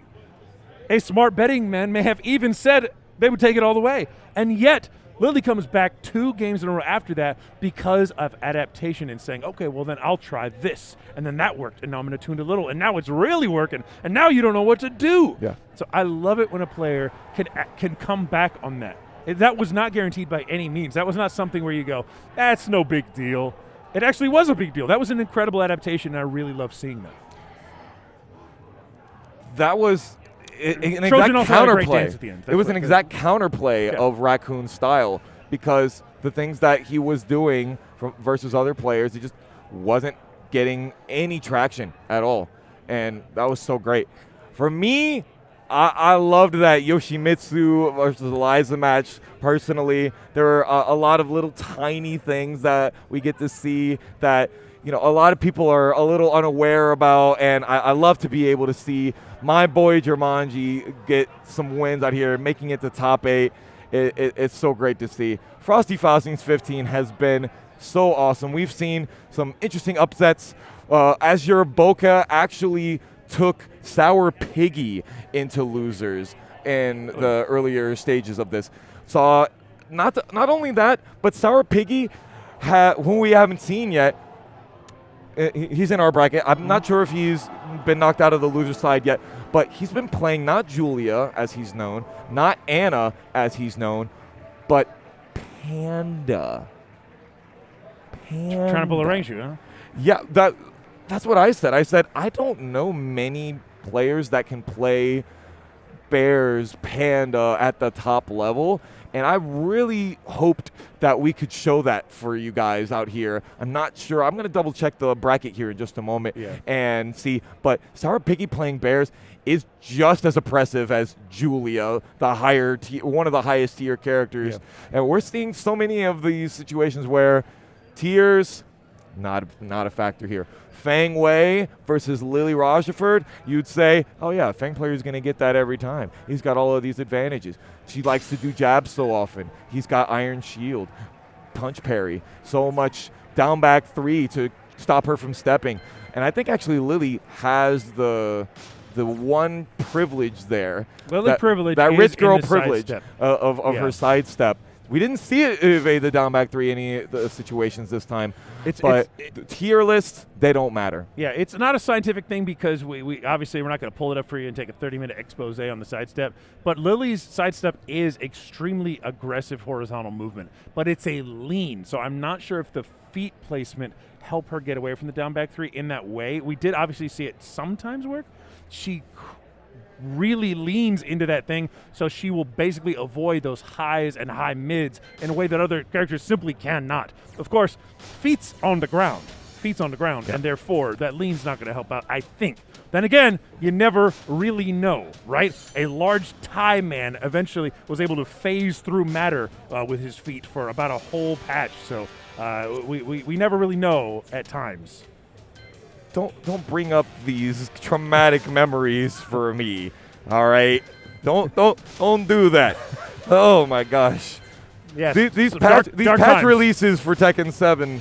Sometimes they are wild and crazy. Remember when Lars had a 12 frame launcher? Yep. Basically. I'm just gonna do it, and I get it every time. All right, all 4 PSs acquired, Pro attached, Tekken achieved. I like the sweater. Are serious? Are we serious right now? We see. No, we're not. Okay, we're just hovering. With Hovering H-Dope to right make here. me upset. Very nice, clean, and put together, both of these players. The fist bump, the respect before the disrespect from D-Town Kings. Infinite Stage, who do you think that favors? Infinite Stage, Geese versus Nina. Nina all day. Mm-hmm. Nina all day. Nina wants to just make you try to come in. Geese does not have very many great approach tools. He's got running 1+2, which is all right. He doesn't have like a slide or anything. He really likes to play small stage Tekken, which was why I was so surprised that Epic went to the Dragon's Nest in their last game. So I definitely think that this stage suits Nina Williams better. Oh, this is a toxic pick. I'm colorblind. Yeah, right? How am I supposed to see this character on the snowy stage? Paid the announcer of Tekken to give them the stage they wanted. An Arctic Snowfall? How dare you, sir? If you're going to pick well, I mean, it was a random pick. Nothing that can be done about that. That was a hard read. That's what we call it. A hard costume read. Oh, there we go. You know, sometimes you don't need an approach tool. Sometimes you just jump up, throw your left arm in the air, and say, I think they're going to walk into this. D-Town's King taking quite a bit of damage off of that one. Yeah, we're getting down to the timer. They're having a tough time understanding how best to approach one another. That move, the sidestep 1+2 that we saw right there, actually has the ability to be picked up for a combo if you do it in the correct direction and have the correct timing and spacing for it. He's not really worrying about getting that optimized information or that optimized combo for here because it's not just saying, yo, breaking that reversal. That was sick. Yeah, so that's one thing about the Ninas and the Annas of this world. When you go for their command throws, the breaking means you take damage. Yeah, it's unfortunate because you don't see that with a lot of other grappler characters. You take 5 damage for any of her chain throws to be broken, and in that situation, the up 4, 3+4 did not commit to the hit confirm on back 3-2. Are we going to see that have some issues? I don't know. 28 seconds remaining. D-Town Kings going for wipe the floor, gets a big counter hit, and we're going to see some great Oki, I'm sure of it, at the end. There was an attempt. The stanky leg right there. We saw the stanky leg. That stanky leg, it doesn't look like much. Forces crouch on the opponent, and it's about 0 on block, and it looks like there's a lot less going on there. Oh my gosh, down back 2. What a fantastic homing attack. We are just continuing to be aggressive on the ground after H-Dope is getting hit by these combos. No max mode cancel. Nope. Finally does it, but gets hit, unfortunately.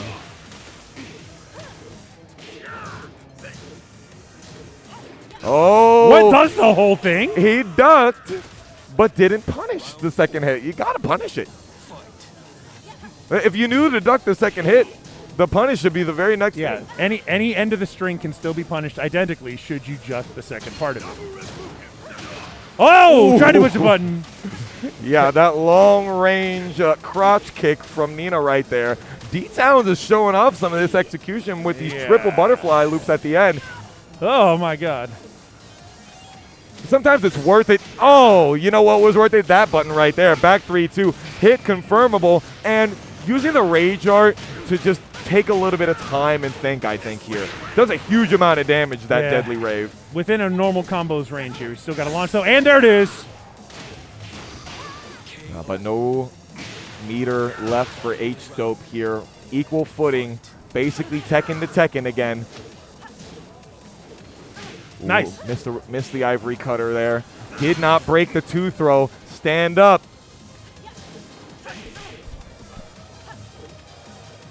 Trying to keep out down 4-2, and the back 3-2 hit confirmed yet again. Got him. Running 1+2. Yeah! Shoulder him.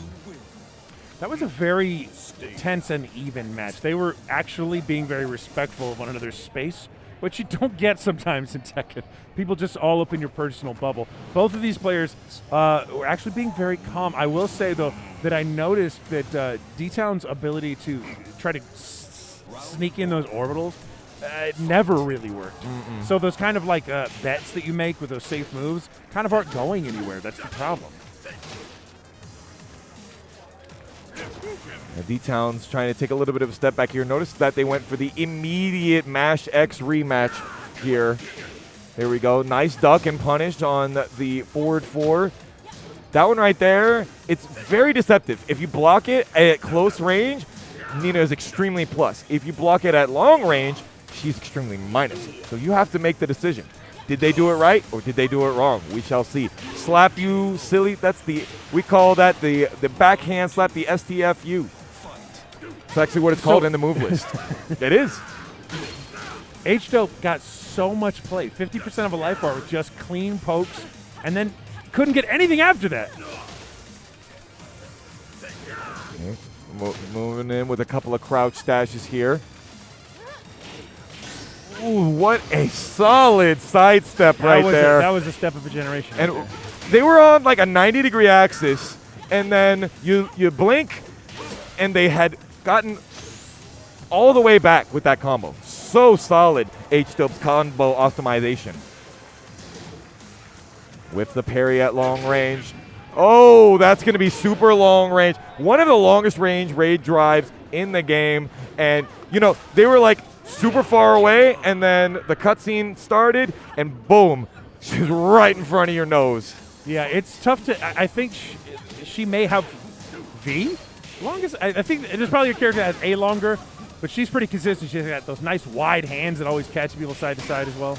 I want to say that the answer is that she has the longest range rage drive. Does not go for the last hit of the string. No, doesn't want to try and mix up. Wants to see what D-Town's King wants to do. But we're a little bit far into the set here. He's got another game to figure out this information, though. Very, very nice. Dropped it. That's not so nice. Yeah, and D-Town's King was actually on the side that you want to be on when you're playing against Nina and trying to do some combos. You want to be on the right-hand side. Doesn't try for the slide pickup, goes for the immediate backhand slap. D-Town bringing it back. Yeah, so as far as changes of fortune go, that was a 3-2 game prior, and that was a 3-0 game this time. So yeah, enormous momentum shift from how that first game started out when we were talking about how they were feeling each other out. There wasn't any feeling out. It was just feeling up on. Definitely. There was a huge difference there. And again, we see D-Town's knowledge. In most situations, you would see Geese Howard throw a Rapukin, and the opponent's like, yeah, it's cool. I'm just going to block that, you know. But D-Town was like, waiting ready for that. Yeah. Ready. Elbow dropped R1. Mm-hmm. Yep. We have the arena stage. Again, small Tekken area here for Geese. And, you know, Nina is really versatile with her combos. She doesn't need long wall carry to do all this damage, but she likes to be able to do it. And she can get that huge amount of combo damage in this small space as well. Geese here, though, usually relies on dash jabbing to get super long combos, but that's why you chose the stage, right? So dash jabs, not necessarily the option. If wow, it's me got the clean spot off that. That was like the perfect spacing. Okay, swaying back, down jabs, jumping over. What game is this? Nothing more. Okay, sliding, got himself a nice wall standing punishment here, and we're going to get a wall and maybe a rage art.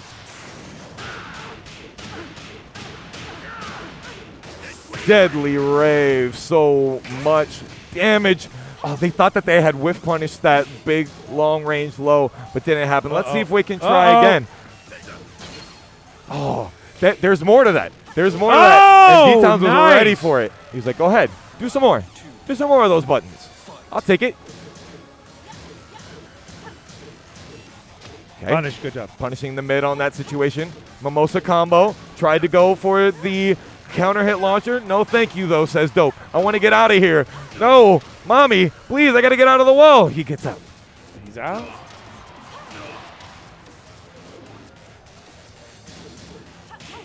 Okay, the 1-2 string.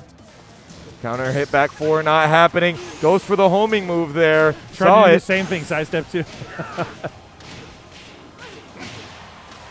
Well, it worked last time, right? You know, and H-Dope adapting. And that adaptation got him a nice round. Oh, while standing 1+2. I think they were going for a while standing 1+2. Didn't work out, though. And Yowza, Dope is on the back foot now. 10 seconds in and already losing 30% of the life. Nice, good punish. Yeah. And that's the thing. Most players think punishment is launching, and you get it. You see a great launch there. But, you know, you got to get the small stuff, too. And we have been seeing it here. Nice option right there. Just getting up. A lot of crowd support hitting there. That wall standing 1+2 rage or power crush. Dope. Hitting the 1-1-2. Not wanting to get D-Town Kings any space. Never mind. He's letting him get out of the wall. Yeah. Just setting him free. Ooh, you saw that reversal possibility right there. That has been hitting a lot. Crouch down forward 2, down forward 4 has been hitting a lot. Yeah, the wipe the floor. That best wall jump in the game, bar none. Can get you out in lots of situations. And, you know, Dope just keeps doing these immediate buttons afterward. And D-Town's King has shown so many times they love to parry. Look at the squad in the background. Dapping up D-Towns, loving on their community leaders. H-Dope takes an L on that one. Yeah, so even with the stage change, even with that early sort of feeling out style between the two of them, the winner of that exchange, of that cultural exchange, if you shall, was definitely not Dope, unfortunately. There you go. It missed the wall standing 1 extra on there and got a Hellbringer instead. But dang, the back 3-3, the 3-4-3, that one, he's going to never live that one down. Not actually getting the punish there. But we saw a lot of really good back 3-2s from H-Dope there. As you can see, lots of great hit confirmability to finish out that first game. But then D-Towns was just ready to come and stay aggressive when he was having Dope have their foot in the backwards position. Yeah, and I think what you're calling out there with the back 4 into the standard meter launcher is that, of course, when that was available to H-Dope, we were seeing great results from it. But, I mean, it's not an all-the-time thing. You've got to have the meter for it. You've got to have the frames to support that even happening, whereas D-Town's King had many, many other tools they were willing to use successfully. Not blocking that from crouch down forward 4 so many times added up. It really didn't. I think it spoke to the Dope's inability to recognize those defensive opportunities. It's just like that punish that he missed, the big one you called out. It mostly kind of just frozen up when it came to what am I supposed to be doing here to respond to this. Against Nina, that's tough. That's really tough. Guessed it one time by hitting him with the slap, right, to catch that side step 2. But again, you don't get that much from that. You guess right, but what they would have gotten was a launch, and what you get is 20 damage slap. So what's the, you know? Yeah. They are slapping each other silly out there, and we are so happy to bring you some of this goodness, and we're going to have to give you a little taste of what's to come after these breaks.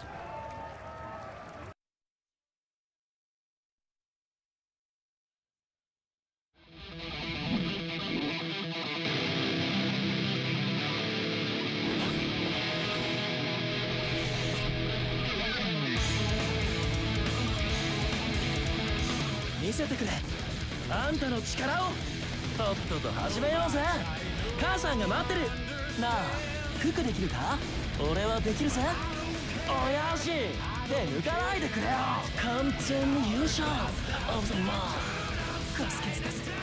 うまい。バトルが終われば俺たちもう友達だよな。届けー。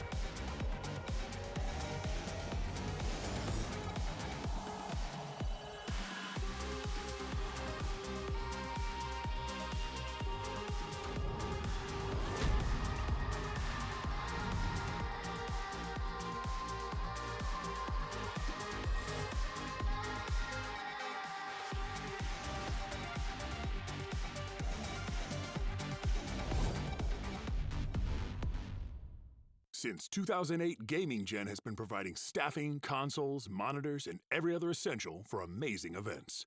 Rushdown Revolt, a fast-paced fighting game that brings anime fighter mechanics to the platform fighter genre.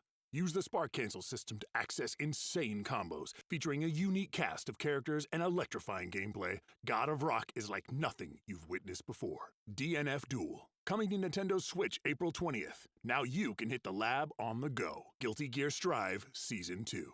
With 4 new characters including Bridget, Sin, and 2 more characters to be announced for release later this year. Them's Fightin' Herd Season Pass 1 available now, including Texas the Bull and 3 more upcoming characters along with new stages. Celebrating over 10 years of Skullgirls and 5 years of Skullgirls Mobile. With 4 brand new DLC characters, it's the perfect time to start or get back into the game that Touch Arcade called far and away the best mobile fighting game. MSI Cyborg 15. For only $9.99, you can grab a monster rig pumping out 1080p at 144 Hz. Junk food. Proven quality, featuring support for PS5 and Xbox Series, you can also pick up the brand new Micro Lite available now. Jack Jean. A captivating story where every choice brings countless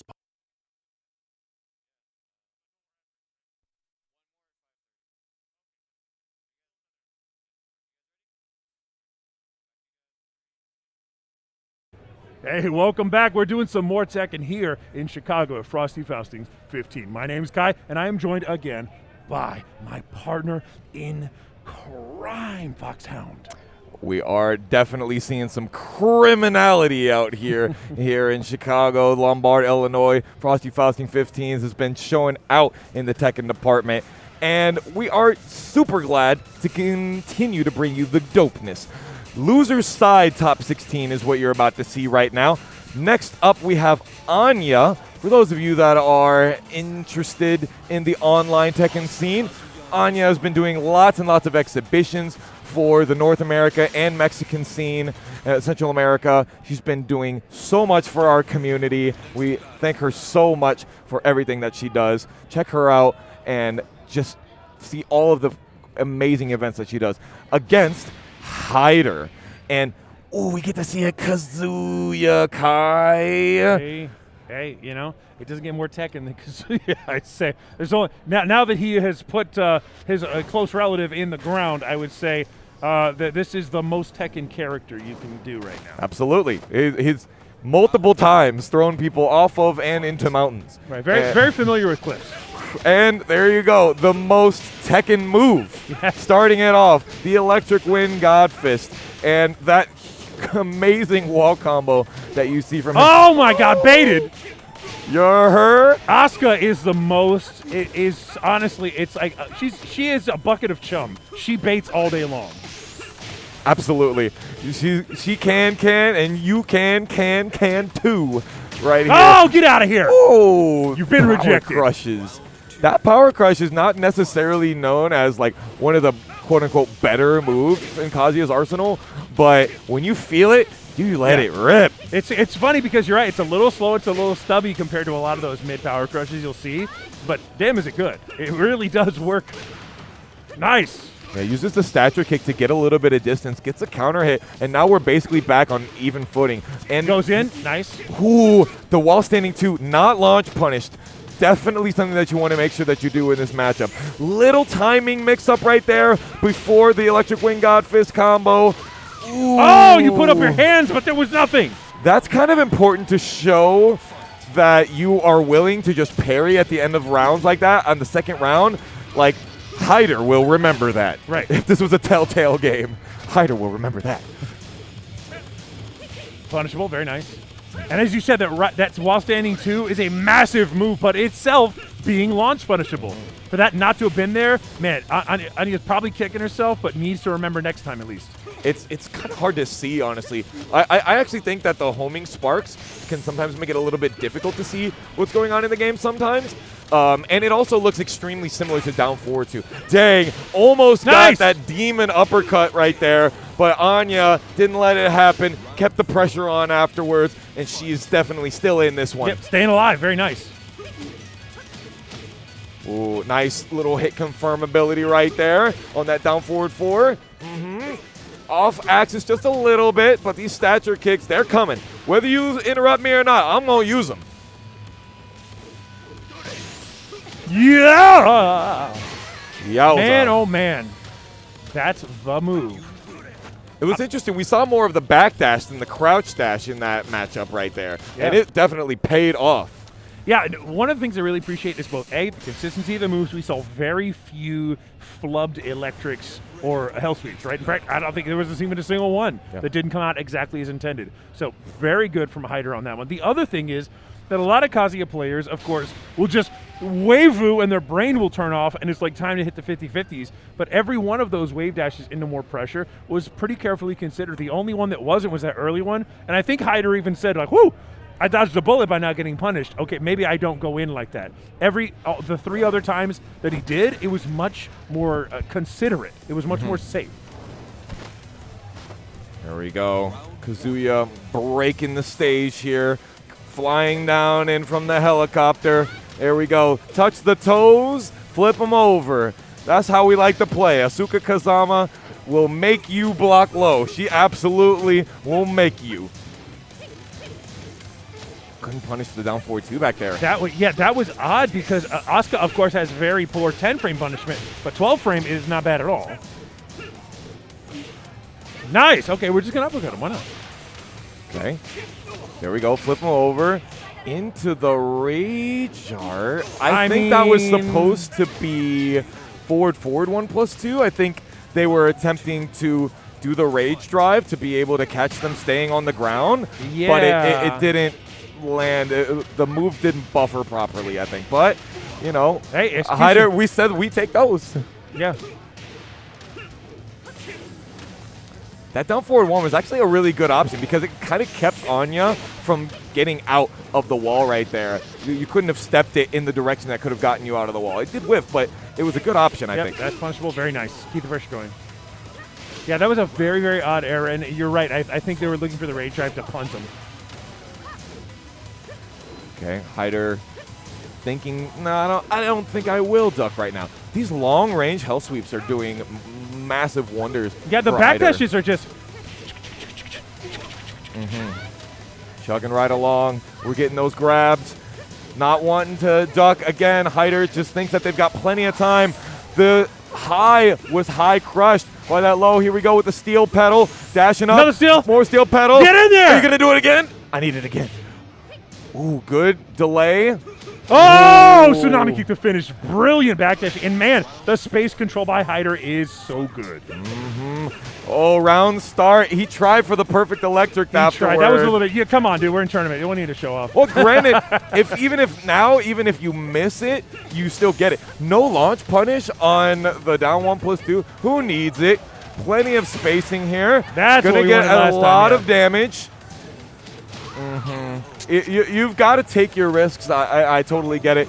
The small Tekken there, I think, didn't happen quite as often, but there were a lot of situations where Anya just didn't have the health to be playing so much small Tekken. She really needed those big moments, and she was trying to get them a lot, and they just didn't work out. I mean, honestly, the star of that show was Hyder's backdash. Hyder's backdash was everywhere all at once. It was so good. Every time that Anya felt like it was really her time to shine, Hyder just wasn't there. In fact, I'm not there, and now I'm here. Yup, that one right there was certainly the most textbook example, end of our first round. Nice punish that. And there were some things that Anya tried to punish, but the jab range of the character didn't quite work out for her. But this very rough rage art whiff right there. Honestly, the down 4-2 could have happened there, but if that was me, I would have done the same thing. Let me do the quickest punish that I can. I'm not sure what I can get. And then the steel staying down to try doom. to stay safe, but ate so much damage. Backdash, there we go. Yeah, it happens. And then the same thing with the Tsunami to end it. On this last round, it's funny to have 2 rounds back-to-back go with the same ending. Definitely. The Tsunami kicks were the go-to punish for somebody that has a wall-standing 1-2, the 13-frame punisher. I think it's interesting, but they didn't need it. They didn't need the launch. They didn't need something super extra. Granted, Tsunami kicks on block is going to get you launched if it didn't work out, but it was the safest pick, and they just were being calm, cool, collected, and clean, and that was definitely the tail of the tape for Hyder. Yeah, and as you say, Twin Pistons is a move that's going to pay huge dividends if it works. But it's possible Hyder simply did not know whether that move was -13 or not. I don't know if it's -13. It might be only 12. Oh, no. When she tries to punch you on your J's, you get to kill her for that disrespect. There is definitely at least a -15 on the down 1+2. Okay. To the point where it's often discussed as, like, is it reactable? Is it not in the scene? Yeah. Because if you can react to it, you get lots of reward from it, right? But so you're right. Options. Slightly odd decision to see it used twice, basically saying I'm either not going to be in range or I am, and a Tsunami kick to respond. Both times get the kill, though, so maybe Hyder was just thinking, I only need to do this, so I have a few frames of, like, wiggle room to make it happen and connect. We'll never know because he won, so. All right, next up we have Pyramid Builder and Gilkey. Gilkey playing one of those, I think this is Gilkey playing the Marduk, is one of those guys that, he's using the Tekken 5. The Tekken 5 Marduk. I love that. And of course, the Tekken costume, 4 Negan. But he's one of those guys that uses Marduk's playset in its entirety. You're going to see lots of diversity from here. This is this is what I would like to call a belligerent pairing. These two characters are not traditionally associated with clean or small Tekken. No. They can. They can definitely do can. it, yeah. We've even seen Nee win the high-profile tournament matches by playing Negan as a good matchup against certain things. But yeah, certainly not one of those characters where you go, oh yeah, I know that guy. He plays Negan. He's got really great small Tekken. Yeah.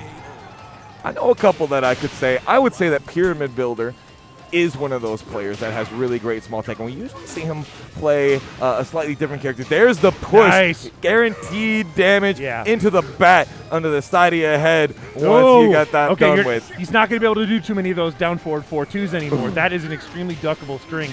Of course, plus on block by, I believe, 4, so it's crazy good. But, man, if people start ducking that, you're in trouble. 100%. Able to suss that out. Very nice. And you've got to do it early in the set. You really need to know how willing are they to duck things like that in these situations. Negan so oppressive with his offense. Yes, and now see, he showed it, so he tried to duck it twice in a row. Now that's one of those downsides to playing Negan. The down forward 4-3 doesn't get you that much if they duck it and you hit him with the back one. Sure, plus frames, but you know, it's not the same as if you'd gotten that pressure situation. Nice break on the tackle 1+2 there. One version that does one of the more damage. Scoop slam. Can you do it again? Yes, Good we breaks. have those reactions. We are able to play rock, paper, scissors against the computer here. We are running it. Oh my goodness. One of the longest range launchers in the game. Doesn't break it. It's a true 50-50. Did you want to get gripped up and thrown Right. over there? Or do you want to get gripped up and thrown right here? Nice. It's a classic Elmer Fed situation. Shoot me here or shoot me there. Oh, wait till you get home. Okay, trying to catch Pyramid Builder, stepping a little bit, and catches them, trying to take a little bit of extra. All right, Lee. Yeah, Right. yeah, he does have exactly He's the got the same. misstep. What the Yeah, heck? yeah, and you've got to do VTS cancels to be able to do that, to be able to get out of the Valet Tudo stance, to be able to get those longer range wall carries. And, you know, it paid off for him. He got lots of extra timing. You've got to be able to launch the knee slicer. You cannot low parry it, but it is a launch punishable attack. And Negan's While Standing 2 has got Nice. lots of distance on it. Great pressure on the end there. Went for the high. He's like, I know you don't want to duck it this time. Right. I know you don't want to die from Conditioned ducking. just enough, and that was really smart. He kept basically threatening it just enough where there was not that much damage. Taking that 3 would have been really perilous, and yet conditioned just so. That was really brilliant. Yeah. Very well done. Immediate rematch here onto the Vermilion Gates. Not worrying about it. Negan's intros are something. They are something else. Face of terror. Okay, down forward 1-1, just a couple of them. You can duck the second hit, but it is quite difficult. Nice. Nice punish right there on the tackle attempt. If you backdash, if they did it at the wrong range, it's very good. Now, that being said, if you do get pushed like that, oh my goodness, you're in for a world of hurt. Doesn't want to go for the wall break, though. Saving it for next time. Yeah, I was saving it for later. Like a squirrel, keeping it in his cheeks. Ooh, yeah, that very evasive back bat. It also Put launched him on top. punishable. Nice. See Try the to go with duck. the 1-1-2 there, but snuck in under it. There we go, the touchdown pass. Oh! I know you was ducking. A lot of times when Marduk does that slam, you expect to see the big low afterwards. So that's kind of what you probably were looking for there, Pyramid Builder. But Yeah, sort of that time traveling defense where you're doing the thing that's actually next. yeah, but it was in a different situation. Oh, push. get out. Ooh, that was a throw attempt for the ages right there. Pyramid Builder decides that they just want to stand back up, backdash, get that down forward two, and keep this pressure on. Oh, but the wake up did not happen. The wall standing forward didn't work out for them. Gonna get themselves a Rage, yeah. rage drive follow up and guess for game, baby. Ah! Speechless. Speechless. Crowd feeling that maneuver. Yeah. Those are the kinds of things that you go, really? Really? Yeah. On the end of your combo You that get you to already do did all that? that damage, and you just get that? And the answer is yes, folks. And granted, the first couple of times they got gripped up, they were able to get out. But when the chips are down, you got to make sure that it counts every time. Yeah, it's just one of those characters, you know? It's a Craig Bartholomew Marduk. He gets that kind of privilege. And not getting counter hit by that knee right there, just being very patient. Went under Get under. the jab right there, and Pyramid Builder taking advantage. Might not have thought he'd finish the string, but did. Yeah. Okay, just a couple of hits. There is Oh! a possibility for the low. He did a different low, because there's the possibility of going for the low immediately, Yep. and then there's the intimidation stance low, and that's what he went for in that situation. Nice. Oh Woke my up gosh. too soon. Yep.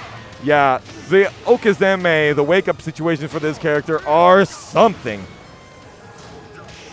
Punish, nice. That's punishable. Definitely. And the knee slicer to end it. unparryable, another privilege moment. Yeah, one of the many great round-ending tools that Marduk has. Wow, Pyramid Builder being really careful. He said, I saw that down 4-1 whiff. Yeah, I don't think I'm going to bait. I don't think I'm going to bite, that is. Oh, come on. You're hurting me. Oh, my goodness. Got himself some more VTS cancels. Does not get the full wall splat. Yeah, mistimes the crush through the wall. Gonna get ourselves a wall on the Nice, other side. but Pyramid Builder knowing how to get to the wall cleanly. Nice, just needs one more hit, and you're going to get parried. Oh, no, with the raid drive on top of this. This is not a kill situation, but The wake up, though. He went for the damage option there. He went for the damage option there, and that's important because the damage option puts Marduk at minus frames in that situation. So the wake up kick was basically that 50-50 that Marduk player put themselves in. Yeah. Ah! Oh my gosh. Just run up and crouch in their faces. Why not? Kick them right in the teeth, right up to the third story. Oh, that was an important counter hit button right there. Oh. And we're going to go to final round here. They're swinging right now. There's some haymakers happening right 100%. We saw wall standing 1-2 happen there. A lot of times Marduk players don't like to throw that second button until they absolutely know it's going to hit. Oh. We're just mashing right after that. We're just going, man. That was wild. Let's do a button test. Let's press all the buttons. No ducks? No! Dang. Right in the toesies. Oh, my goodness. That was certainly some momentum swinging right there. We saw a pretty in one person's favor, in Marduk's favor at the beginning in that first game right there. But Pyramid Builder came right back with those plus on hit lows. We see from Negan, he's got lots of them. He's got lots of great jab strings. The down forward 4 into the mid or the high. So much conditioning, as you were saying earlier. And that's what a Negan wants to do. Negan obviously has chains and strings that are oppositional to one another in the responses you need to make. Mid-high, mid-mid, mid-mid-mid-high. It's all these situations where you say, sure, I didn't punish that time, I'll get him next time. But then he does the other option. If you don't know them and you start to guess wrong time after time, which is what was happening to Gilkey, then that's the result it's going to be. Pyramid Builder had a great pyramid built out of guessing. 100%. Definitely. It was built on if this was a food pyramid, it was built the bottom stage, 7 servings of down forward 4. Yes. And just a little bit of those counter hit pushes that he would get every now and then. You see the crowd really loving this as well. And it went down to the wire. Let's not forget that. But those lows, they just chop and chop and chop, and they don't stop. No. And as you said, the variable timing, not just going immediately into the swing low from stance, sometimes coming out of stance to do, what's up? Where are your toes at? That kind of change-up meant that Gilkey was actually getting frozen up. We'd see really long sequences where Gilkey would block, and every single time Pyramid Builder would be plus because that's what Negan does. Mm-hmm. Unafraid to keep pushing those buttons because Gilkey actually was kind of a little bit like frozen in some of the situations. Yeah, there was a lot of aggression on the side of Pyramid Builder, and a lot of these buttons that he was doing are relatively low risk. They give, if you duck the second hit of down 4-1+2, like that's one thing. But, a lot of these small pokes from Negan, he's got a bat, can't parry that. It's not going to be launch punishable either if you did block it. And Marduk doesn't have a hop kick that is going to do the work for you. And we saw a lot of high risk options being chosen by Gilkey. Those VTS into wall standing 3s, the Python exploders, and a lot of them did hit, but that's definitely a huge difference between the two. The risk taking style was totally different. Like you're saying, it's like basically Gilkey had to take more risks just to get the same results as the less risky style. And, you know, when you have those situations oppositional, normally the less risky is going to win. Definitely. I wish I saw a few more grabs. We kept going for the same grab, and it did land lots of times. And they got the ground throw grabs and the wall throw grabs, and those were working out. But, you know, he's got one of the better grab games in the game. Right. And so it's a shame not to use it, but there's only so many seconds in a day, so many time in a round. And next up, we have Sol Naciente, who has been taken to losers. Yeah, and we saw it earlier. D-spec. Yeah. Sol Naciente, well known as a high-level King player, and we get D-spec, the Hwoarang main. Oh my goodness. If you thought that Negan gets to be plus all the time, let me introduce you to my Taekwondo king, the eye-patched man here with the Waluigi stare at the end. Yep. Hwoarang is going to get it done for you here. Let's see how it goes. Nice down forward two to get it started here with a Plasma Blade combo afterwards. Huge amount of damage on the end. Both of these characters are grapplers. Both of these characters have the three-way throw mix as well.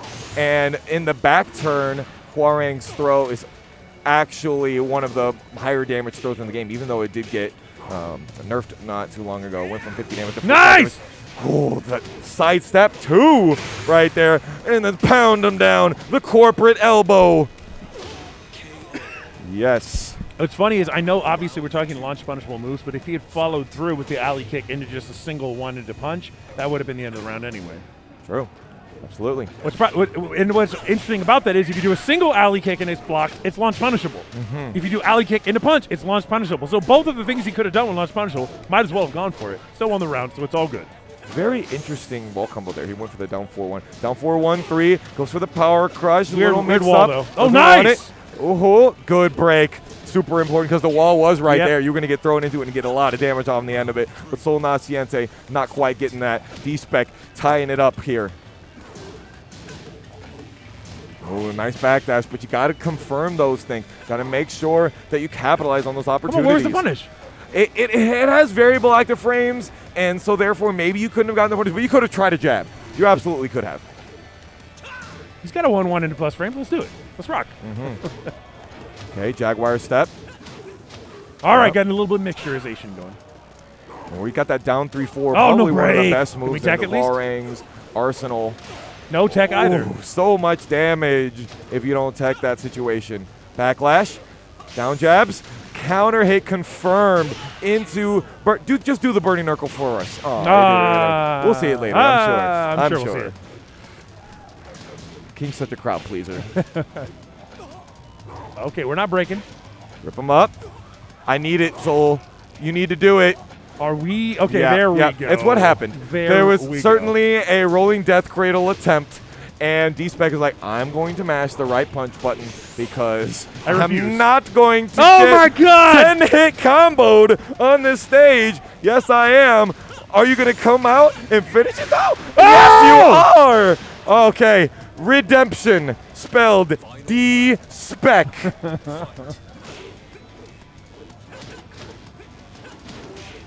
Nice backdashes here by Sol Naciente. All right, we're breaking him now.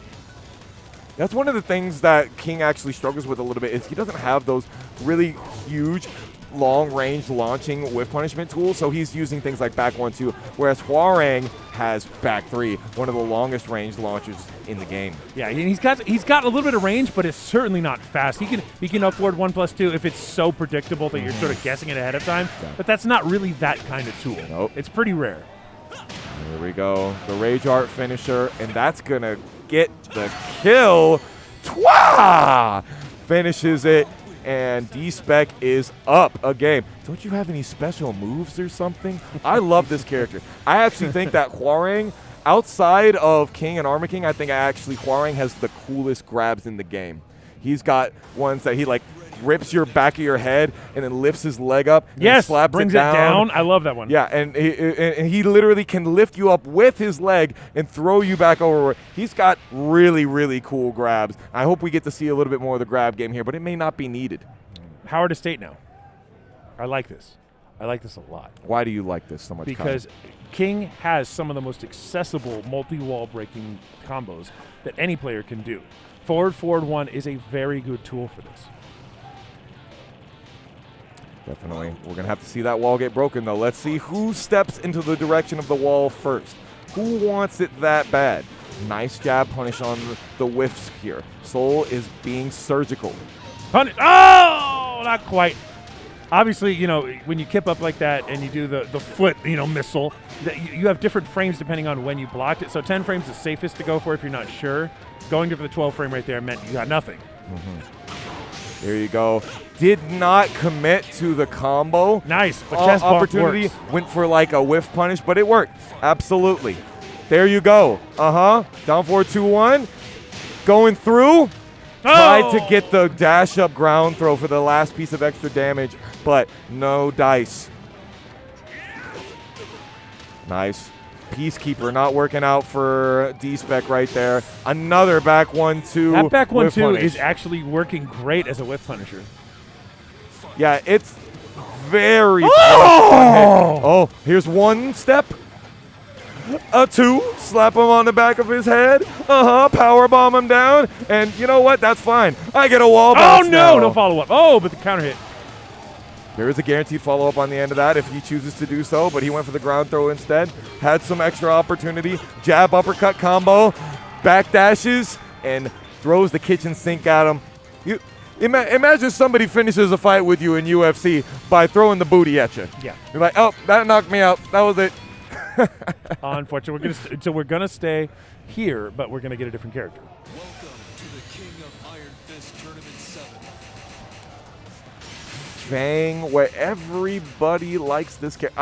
I honestly think that Fang is one of those characters that is very easy to pilot. He's more like a Zone of the Enders kind of pilot. It's not MechWarrior Zone. Right. You don't necessarily really need to do a lot of the work. It's like activating counter hit tool. Like, he's got so many great options for him.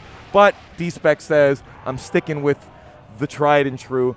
Back to Sook. Yeah, change the stage instead of the character. I actually agree with that. It's a little late in this. It's a little late in this adventure to be bailing on your character. D-spec even smaller really stage though. It's not quite Jeep Corp hallway, but it's pretty small. It is the shortest stage from the starting position. It's the shortest distance to a wall of any stage. If you go just from the starting position. Yep. Though, rectangles are rectangles It and is whatnot. tiny. D-spec just waiting and trying to see if Soul wants to whiff something. Punch. There we go. That attack, the plasma blade from the Flamingo, is only jab punishable, and it's really good for a launcher. Must have pushed a button after that for that to hit.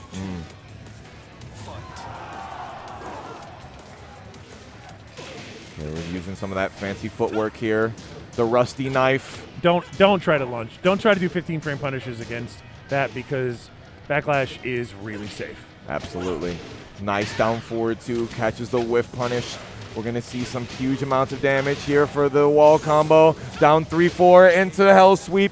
You know it. You hate it. You've seen it a million times. But you got to expect the possibilities of this huge amount of damage. Oh, Backlash. It's going to happen to you 100%. He's still fishing for that counter hit tool right there with a 4-2 no down one. there. That elbow. Ooh, There's the break. Nice. that would have done 70 damage. Should it have landed. Hey, we're doing it again. Okay, flip him over. Yup. Crouch cancel and That's flip. punishable. Yep. Yeah. Again, honestly, I'm not sure if the hop kick would have Yeah! worked there. Excellent. That gut punch is so visceral. Oh, you feel it in your gut. I love that. Just smacked him. Just round start smack. Okay, nice. Hits him with the elbow. Jaguar stepping. Got some realignment going on here. Soul feeling a little bit spicy. There's the hop knee right when they needed it over the sidestep 4. That was fantastic. I like it. Yep, very safe move. It had a really tip range on it too, I would say. Minus 14, that back one right there. Those get off me tools are usually a double-edged sword. Yeah, it has good evasiveness and it has good frame advantage afterwards, but unfortunately very punishable should it be missed. Nice punish on the down 3-4 back there. Muscle Buster! Oh, tries to get him on the ground. Oh, hey, game ender right here if he can finish it. Yup, running 3. No, he goes for the Peacekeeper. And Sol Naciente daps up our boy D-spec. D-spec moving on. Wow, what a great game right there. I really couldn't predict that finish. I kind of thought that Sol Naciente would have enough momentum from the last winning round, game rather, to get that, but just not the case. Big ups to D-spec for not letting that one go. Honestly, the willingness to persevere is not always there. Some people get their spirit broken. D-spec was just in it to win it the whole time, doing what he could.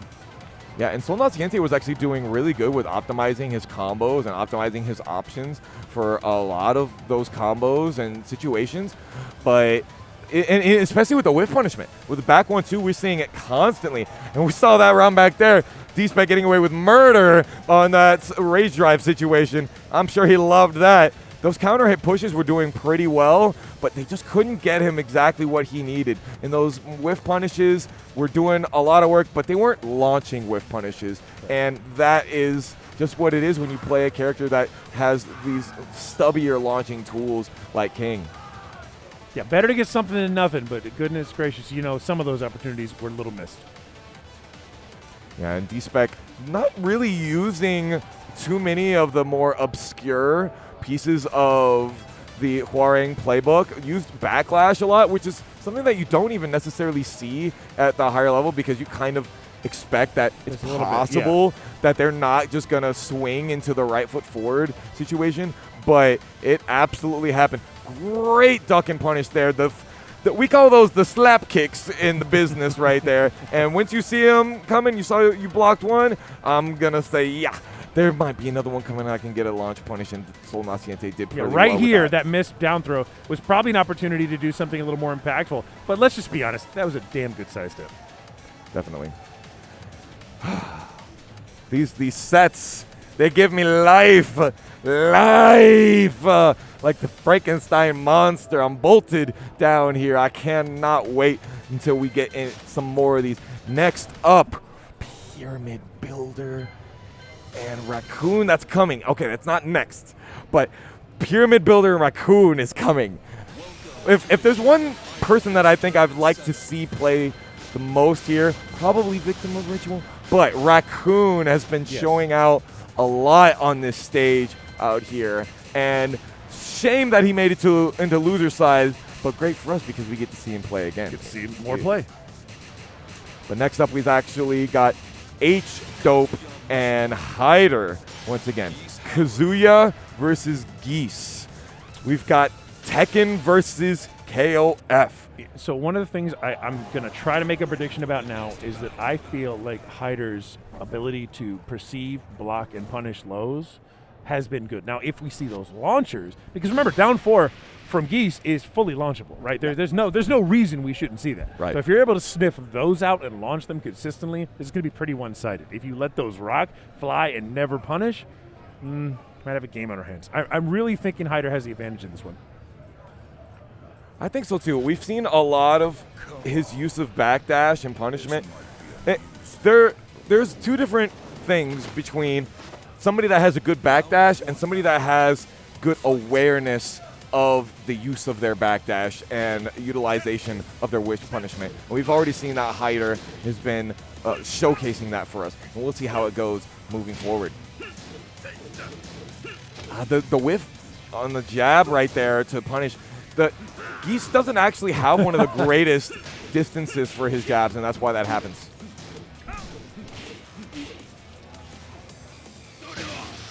Nice. Just immediately caught the timing.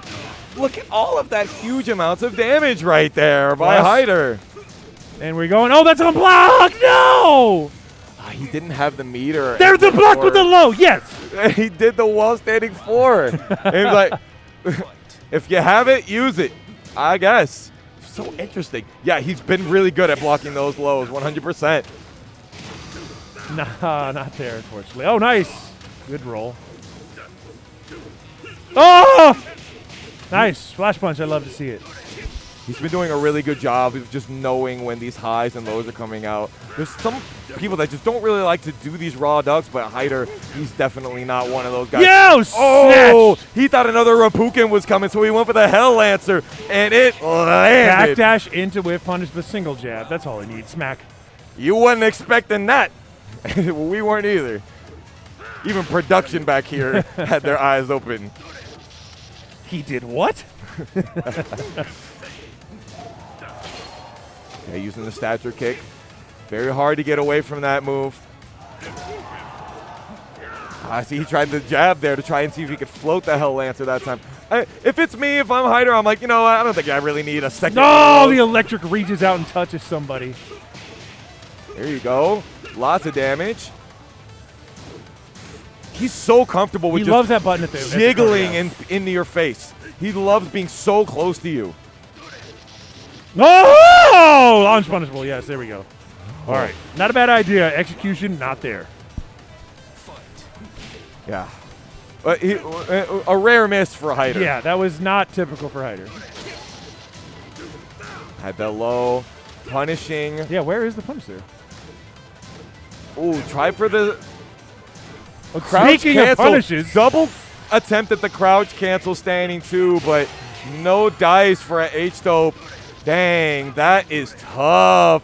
When you block a hell sweep and then don't get the punish and then block another hell sweep and don't get it, that is very disheartening, I am sure. Yeah, I mean, when you have 2 launch opportunities in a single set that you do not get, I mean, you can't point to much else other than, I mean, come on, man. You only get that much of a life bar. When you don't take those opportunities, when you can't capitalize on opportunities, what else can you expect? You're not going to take the W there. Off we go to the infinite stage here, which I think is a little bit of a sacrifice for Geese Howard. He has really great options for things like wall bounces at the wall, but definitely Kazuya did a big mental damage at the wall versus H-Dope. So I think that's what we went for the Arctic, for the infinite here. And there's the low, yep. There you go. He said, just keep it simple, yeah, I was going to say, why, at this point, you've missed it enough, do not mess around. It still did. It does plenty of damage. 35% of damage. I was going to say, it does 50 to 60 more damage than if you missed it. 100%. Yeah! Great whiff punish right there with the Electric Wind God Fist. Trying to see if we can make it out of here. Spring kick. Oh! No bueno. Rare error. Another rare miss. It will happen every now and then. Oh, the double uppercut. And now we've got yes! Flash punch. Your favorite, Kai.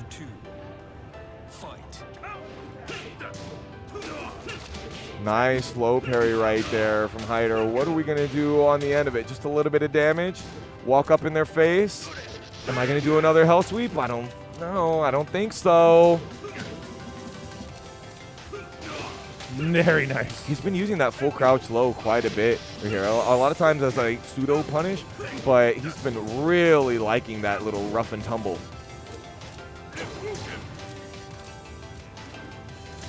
No. He knows that he's not close enough to get the punish on it, and he's totally fine with just taking his turn, really. His time. It's like, now it's my turn, and I'll go and I'll try something. I'm not going to whiff a punish.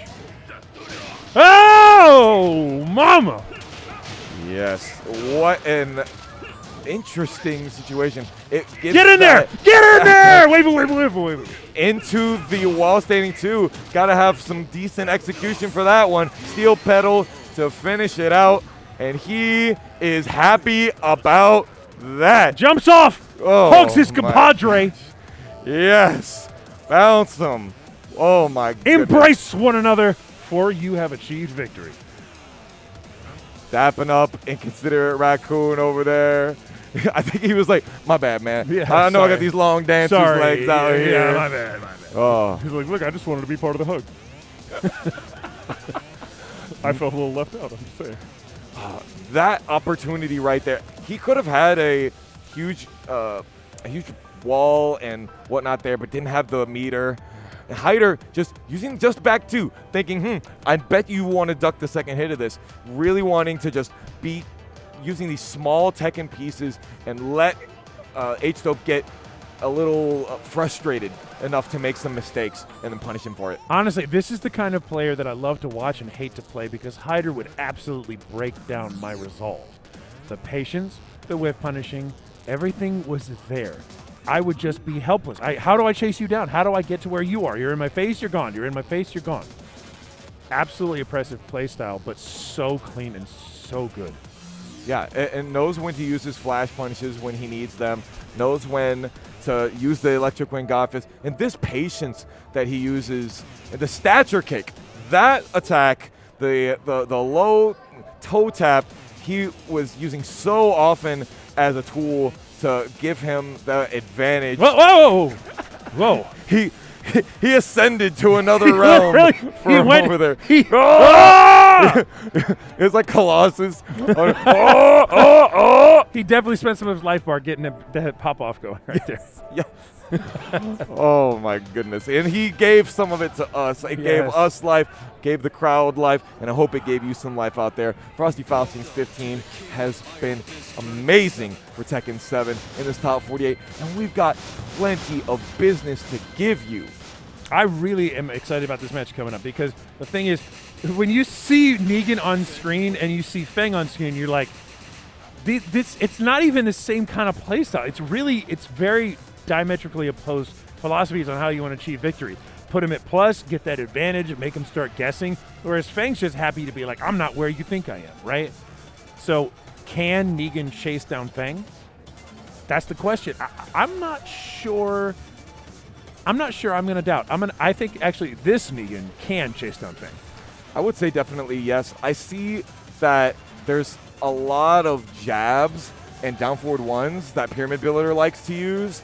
And, you have the Iron Shield coming from Inconsiderate Raccoon quite often. So I think that that's going to be a big player here. But on the other hand, those lows, yes, they definitely do lots of work. And I expect that he's going to want to maybe use the back Kempo step here a little bit more than he would have used in those other sets to be more evasive because it is so difficult to get away from Negan. He can be a lockdown character. Yeah. So before we get into that match, we're going to run some ads because we got bills to pay, people. This is the companies that have supported the event that have made all these stages get stood up. So watch them, support them, hell, even buy something. We'll see you right after. I simply can't wait to cut you to pieces again and again and again. Black Dahlia. Going down. Focus, stop. Don't blink. I've got a job. Yes, time to start the party.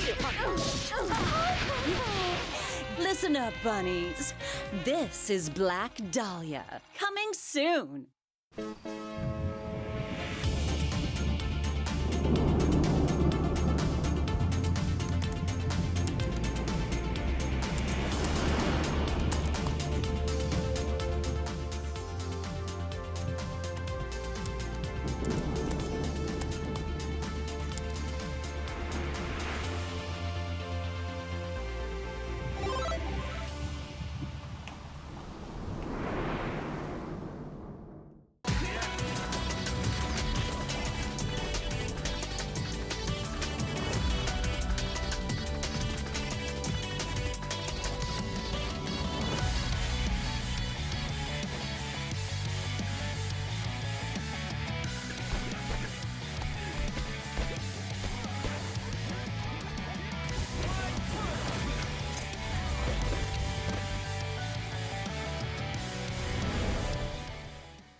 The Dragon Ball Battle Hour is coming to Las Vegas on March 4th and 5th. Come see the finals for Dragon Ball FighterZ, Dragon Ball Super Card Game, and Dragon Ball Legends to find out who the world champion is. Register as a spectator for free at the Start GG event page and score some original Dragon Ball goodies, like t-shirts, knapsacks, stickers, and more. Hitbox brings you new ways to take control of the game. Head over to hitboxarcade.com/FFXV where you can order the Hitbox, Smashbox, and Crossup. Texas Showdown. With 20 tournaments on the roster for 2023, this is the event to be at if you're into anime fighters or Great Houston food. Super TSB, featuring 5 main tournament titles: Exert, Strive, BBCF, KOF 15, and DNF Duel. Homebrew Haven, presented by Butt69 and the Moorhead FGC, with $100 pot bonuses for all games. There'll be tons of side games like Smash Ultimate, PM Remix, Skullgirls, and many more. Turning Point. Compete in Guilty Gear Strive, Tekken 7, or Super Smash Bros. And prepare for one of the first big Street Fighter 6 events of the summer. Paradise Arcade Shop, a leading source of controller innovation. The original all-button thin controller, the first mobile fight stick app, the first short-throw cherry buttons, and many other cutting-edge controller innovations. MDF, Magical Defense Force, is a magical girl action comedy kinetic novel featuring 9 chapters of a 24-chapter story and over 500 unique art assets. Don't forget to grab your official Frosty Faustings merchandise. With styles for everyone, you can show your pride for one of Chicago's longest-running FGC events. Frosty Faustings has Matcherino pages for all 25 main games, with 100% of the money going to the players. You're watching Frosty Faustings 15. Here's our schedule for today.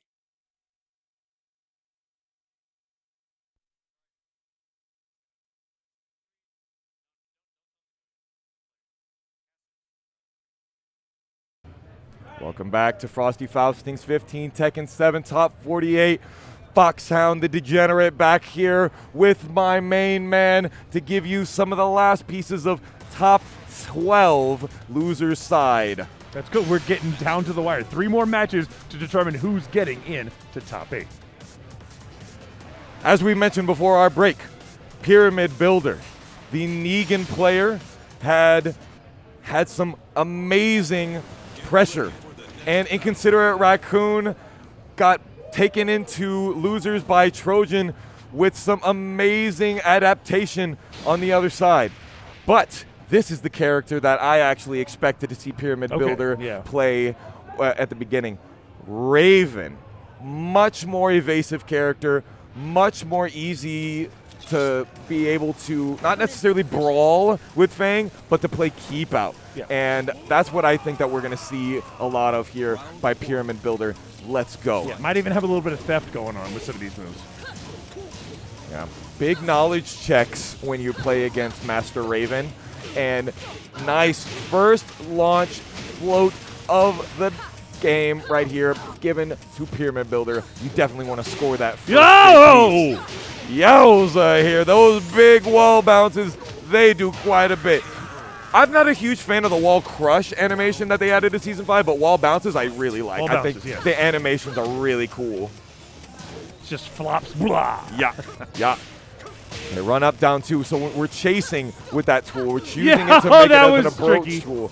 Yeah, those are difficult grabs to break. The back turn situations, they are tough. Both characters having back turn grabs in this matchup. That was a bit of a bet, but a good one. There you go. Oh! Yes, Slapped. Pyramid Builder using that knockback, and Inconsiderate Raccoon saying, I'm pretty sure what you're doing that for. The Iron Fortress Very Ender nice. doing lots and lots of damage. Inconsiderate Raccoon saying, I think I've got something for that. Boom, the black hole catches him coming in like an antimatter gravity machine. We are definitely getting the G-clef cannons on the end of it as well. Look at all of that. 15 seconds in, and Inconsiderate Raccoon is already enraged. Ah! Twice in a row. That's fake. Yep. You went and you let him press the 3rd hit. Nice rage drive right there by Pyramid Builder. If you got it, flaunt it. You don't want to have wanted it. We'll wait for the back That parry was, there. again, I think the theme here is less like a keep away and more honestly just robbery. There's so much robbery happening right now. Yeah, there's a lot of evasiveness with the character. She has the ability to do a lot, and that certainly was not what I feel like that was, Raccoon was going to go for. Ill-advised. Quite. Luckily, did not die for it. Second time that's worked. Sidestep wall splat has been happening. Get on the ground! Wow. Wow. Imagine getting an accidental unblockable and still pulling it out of the run. And they were in the corner, too. Yeah. No punish on the down back 3. The sliding leg. What the hell? So and you important. don't even do anything! Ah! Oh, my gosh. They tried to do the knee, but it only has so much range. Yeah, it doesn't have the range like you'd think it would, right? Yeah. If you get up after that, that's why you take that extra damage. But also staying on the ground, not a great idea either. There we go. Getting the punish on those. The head, he did not take the plus frames that he was going to get from that mid headbutt. Nice. I like that. And The Pyramid Builder standard smelt hits it. you as you wake up, yeah. Oh. Honestly, could have even elected to follow through with the 3 after that just in case to hit the second one, but it was wise to just pull out the single button. That's what a good Tekken player will do, is not overcommit. Loki, I expected Raccoon to maybe go back to like a character select for the buttons, because I was like, you did that unblockable twice? Was it on purpose? Right. Could be. That's very strange. And especially that mid-stage one, I cannot imagine what the deal with that was. Yeah. Interesting stuff. Getting flipped back on the wall and Pyramid Very Builder. unfavorable wall moves there. I don't know really. You had more opportunities there. There you go. There's the signature Fang Wei crouch dash that we see Raccoon using a lot of now. Coming in. Love those jabs. Bets on the string. Oh, nice. Sword planted firmly. I would get hit by that as well. I'd be like, how'd you get up there? What's that sparkling? My sternum. Hey, nice 10 frame on the get up kick. There you go, the iron palm. This is going to be it. Yup, we've got the momentum now. Going to keep it going. Oh, no, that's a launch punishable. punishable attack. You can't be finishing those strings when you know that the second one didn't hit. Stuffed. Yep, good. Nice backboard. They ended up back turn there, so they couldn't have been able to block that situation. Good evasiveness. Gets rid of Raccoon, utilizing the fish hook a little bit. That's so quick. Man, that black hole was able to catch him coming in. Good Lord, that was some craziness that we saw from there. Punish, nice.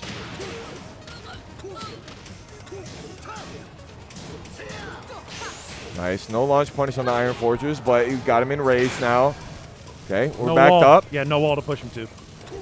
Pyramid Builders in their comfort zone, I would say. Go, baby. Ooh.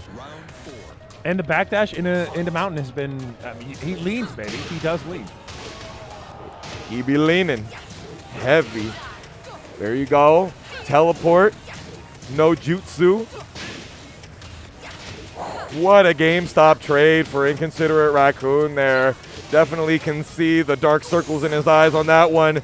The Pina step into the breakdown slide, and Pyramid Builder is on set point here for this. No duck on the second hit. Done! Nice! I would say consider Raccoon's punishment has been very strong, and it's netting the necessary damage. It's unfortunately putting him in a very tough situation because the evasiveness is so strong, but at least the punishment's not the letdown for that game plan. Consider Raccoon using these trademark 1-2 jabs of his play style, and Pyramid Builder just doing a couple too many lows in the back turn situation and in the advancing situation there, and Raccoon's like, yeah. Actually, blocking low is one of the better things to do against Raven in those situations because the slides are generally launches and the mids are generally like knockbacks. So you're totally within your rights to say, yeah, ducking is the best option here. And that's not really the case for a lot of the cast. Yeah, so as the game plan's starting to slow down just a little bit, and consider Raccoon's punishes are equaling more results, and that's resulting in that opposite pressure. So now as we go into the wake up, we're going to block a move. Yep. And, oh, no punish there. Nice headbutt. Oh, nice headbutt. Sidestepped it and got a big launcher. Master Raven has great potential to be able to get huge damage for their combos whenever they want. Good mid right there because they had seen too many times Raccoon had seen the break dance happen to them, and so he started ducking. Counter hit on the headbutt into guaranteed damage.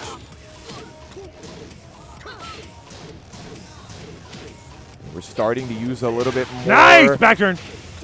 Yup, that move is definitely punishable in that situation. Gets him up on the wall and gonna bring him back down with the elbow. Guaranteed damage. Oh! Oh! Hi, my soul. I can't do it. The evasiveness of both of these characters is just circus-inducing. Nice stuck on the iron palm.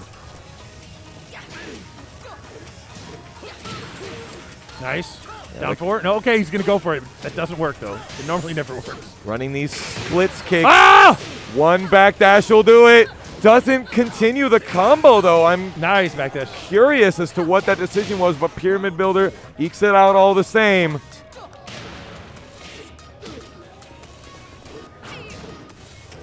All right, we're doing some evasiveness here. Wall spinning one did not work out. Great low parry. Oh, could have just done down 4-4-3 and gotten the wall anyway. The evasiveness on the up forward one is just so staggering how often it's the right move for the situation. And consider Raccoon using it to get him out of trouble there. 36 seconds remaining. You've got all the time in the world, but Raccoon, he likes to get his kill quick and fast and eat it while it's fresh. No, baby! Speaking of fresh, that one got right in between the teeth like a bite of spearmint. And Pyramid Builder does save the day with that raise drive. And consider Raccoon definitely not looking pleased with that. And who would be happy with getting basically backdash with punish for the kill? It honestly just spoke to good play. I feel like what was happening there is that Inconsiderate Raccoon really never was able to solidify the thing that was working.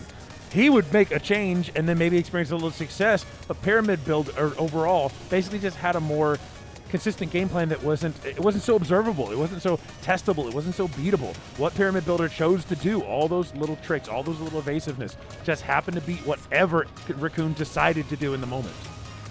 You had to go for these big things, and that's not what Raccoon wants to do. Raccoon wants to poke, wants to play, wants to be the person stepping around you. When that can happen, it comes apart a little bit. Definitely. And we saw that Pyramid Builder was using a lot of those full crouch lows. We saw some great opportunities to punish some things with some extra that maybe he wouldn't have gotten. Just like that right there. Little extra unblockable sauce on the end of it. And again, and consider Raccoon loves that jab. He's been using that jab so often.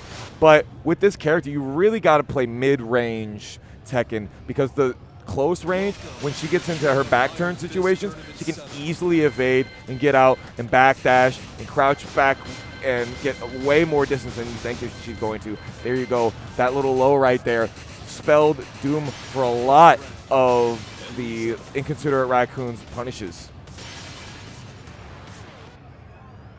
And to be fair, Raccoon in general had great punishment. He decided many times to choose the correct option of ducking in those back turn situations, but it was his mistakes that killed him. Yeah. He had those buttons that ended up whiffing and getting raise drive punished. But great showing all the same. It was a great set. We thank both of the players for showing out. Yep. And we are going to get some extra goodness here. Odell the Finest and D-spec running at you right here. Try to see who can make it into loser side top 8. Yeah, so this is pretty big whiplash for D-spec coming from a King match last time to an Eliza, but we'll see exactly what kind of difference that makes. Because the weird thing here is that you've got these situations where you want to get these nice high counter hit buttons or at least pressure them a little bit, but down 3 might actually be a factor with Odell. Whoa, I definitely thought I got gripped up there too. It's probably why D-spec didn't go for a punish there. That's another dope grab that Hwoarang has. Oh, yes! The immediate delayed hop kick One of the most disrespectful and yet endorphin-filling moves that you can do in all of Tekken. I love it.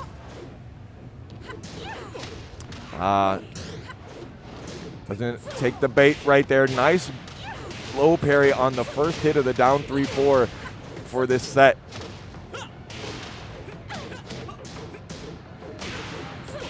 A little bit of fake pressure there. Aha, too many hits. We're using that meter. If you got it, flaunt it. Yes. That move right there was minus 14, but it was a attack that exactly was too far away for Eliza to get anything off of.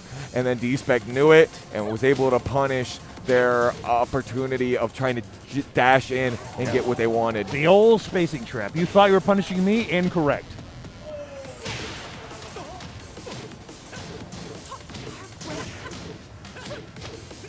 Okay, 4-3. Down 3-4 into the plasma blade. Block. Num, num, num, num, num, num. Yup. Just let me get a couple of those hemoglobins. I need a little bit of it. Nice. That's the third time that we've seen the run up from Odell the Frosties. He seems to really like it in this matchup right here. I guess thinking that Hwoarang doesn't really have the keep out tools that is really scary for them, which is really interesting because Eliza has the Moonglide. Right? Yeah. Why would they need to be using that?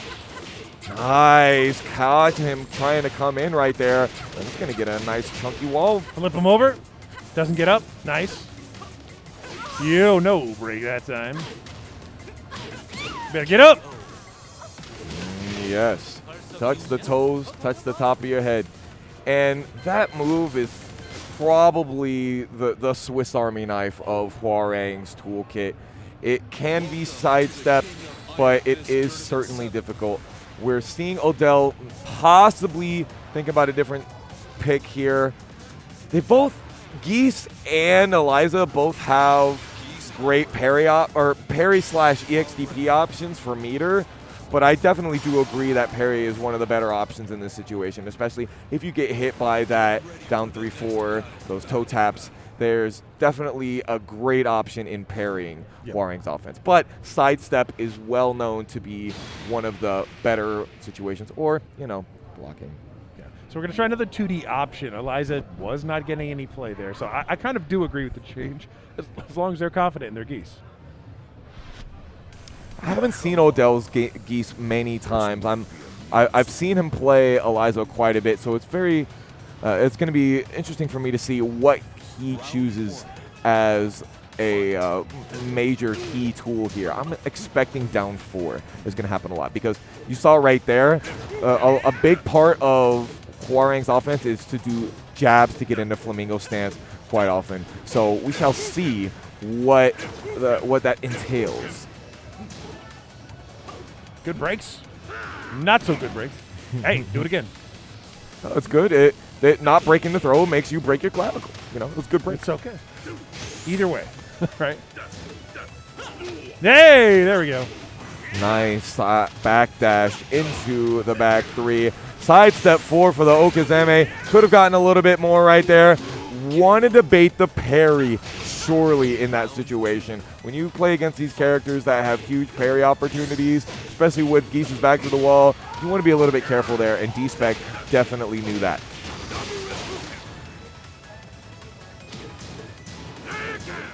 That's close enough. Holy moly. A little dash up into the just frame skyrocket. Off your life. Round 3. Fight. That's an interesting thing to follow through on. I mean, obviously didn't do all 4 hits, but still, most people generally like not to go with any of the second 2. Yeah, it's the classic. He's had it since Tekken 3, and any Hwoarang main worth his salt has got it in their mind because, you know, it's just classic. It is. It's pretty clever. Okay. Ooh, whoa! Nice. He delayed that with a longer timing button, and nice. It paid off heavy. Great finish right there by Odell the Finest. He's coming back. Okay, the rusty knife doing some work for him. First hit of the rocket kick.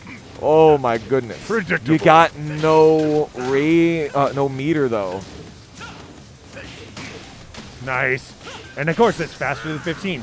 It's very, very difficult to get a full 15-frame punish on a Paul Rung who uses backlash. It's just safe very quickly. So when you get the faster ones, you just got to take what you can get. Yeah, is it fair? I don't know. I'm not a scientist, right? But I'm just saying, get what you can. I'm impressed that he got a punish on it at all, low Yeah. key. And it got him what he needed, a victory. And now D-spec is thinking about a stage. We're talking to the homies. Is that D-Town's king? I think that is. I'm guessing by the plaid right here that we're seeing him talk to him and give him some ideas on how to maybe mix up Geese and mix up Odell's opportunities. I'm loving the games today. They are adapting to each other really, really well. Yeah, having to actually make some decisioning, not just running your game plan and then saying, hey, live or die, whatever. It may happen, it may not. You're actually thinking about this a little bit. Let's make some plans. Let's make some strategies. Let's set a date, make a meeting, make an action plan, project plan, you know?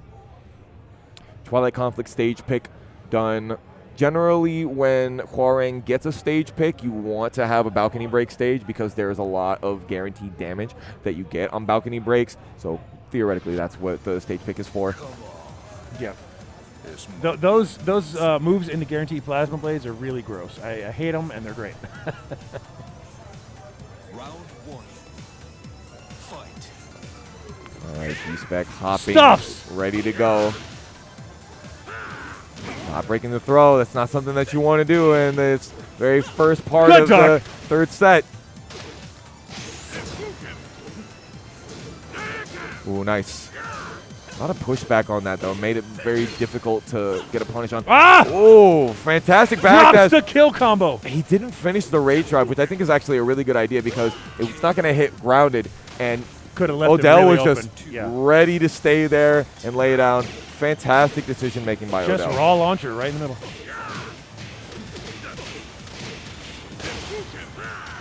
Oh, misses completely. Good parry. Oh, and he keeps all of the combo Doesn't after finish. it, even with the side step. He got plenty of damage out of it. We'll let him get what he got. Doesn't want to do too much extra. Hits the max mode, though. Look at him standing still, trying to instant running 1+2 on our boy D-spec. And now you've got opportunity to kill with chip damage. Yes, I mean, legitimately. Nice. Nice. Nice. Oh, fantastic opportunities. I know you wanted to stay on the floor. Yo. Stand up. Ducking under those slappy kicks. Be careful using them. Oh, the big duck. That's That was a actually call out. That was. I could feel the disrespectful energy on that. Stand up. Oh, another one. I knew the running 1+2 You're a was clown. coming. You're a clown. Putting you through the floor. And Odell, that last game was certainly When he did like the running 3, then the 4-4-3, then the 4-3 again, the next round said how unhappy he was that you chose to do that to him. Yeah, I mean, one of the first interactions in the game right there was marked with disrespect. The delayed hop kick from D-spec, and he's getting so many great combos, and had a little off-axis issues every now and then, but for the most part, really great options, especially in the grounded situations right there. But Odell, he just kept it so nice and clean. That was right after the max mode he did right there, and super delayed option so that he could keep that pressure going. D-spec knew that he wanted a sidewalk there, and so did Odell. Right, when this happened, he was like, okay, well, chill. And then the next round was just belligerence. That right there was I think the cherry on top. Yeah, right there. that was, I want to say, the third throw in that set right there that he's just like, I see you're not breaking it. I see you're not breaking it. And Gonna do it? You got to make sure that you do so. Geese doesn't have 3 different breaks. Funny thing that a lot of people might not know, all of the Tekken 7 legacy characters that are in Tekken 7 have their original, if they have a 1 break or a 2 break or a 1+2 break, then they have them in this game. All of the Tekken 7 newcomers, all of the DLC Tekken 7 newcomers do not. It's including Geese, including a lot. Every Tekken 7 newcomer has generic throw and sometimes a command throw. Akuma doesn't even have a command throw. That's right. If you don't count the demon flip, but I Yeah, well, that one, I don't count it. I don't count it. Yeah, I wouldn't count it. That's some special. Personally. Yeah, a little nugget right there that some of you might not know. Next up, Donnell has made it all the way to top 12, loser side here, and we're going to be playing versus Afterburn. This is it. This is the last chance for people to get into the top 8. After that, there's no more. We're moving on to the next block of the stream. This is it. Their tournament life on the line, trying to get up on the biggest big stage. Starting out with Howard Estate, a very high-risk stage to start making your decision-making and data collection decisions here. And I hope that they both decide that they're going to take it a little slow in the beginning, because if not, those walls, they break, and when they do, so does your back and a lot of your health bar. So a lot of Kazumi's approach tools, including both her running moves, are going to be poor choices against right foot forward, right? Obviously, we're talking about giving yourself up to the backlash. You don't want to do that. So Donnell rather, needs to be very careful about choosing those running options when they're a little predictable looking. Sometimes a character just can't do anything against them, right? In this case, you just want to make sure you're not being too predictable with them. Fantastic backdash into the back three right there for Afterburn. Try to go for a throw attempt. That's two. You know they're going to do that. What? That's okay. We got that dope throw on the end of it. That's fine. I will take it.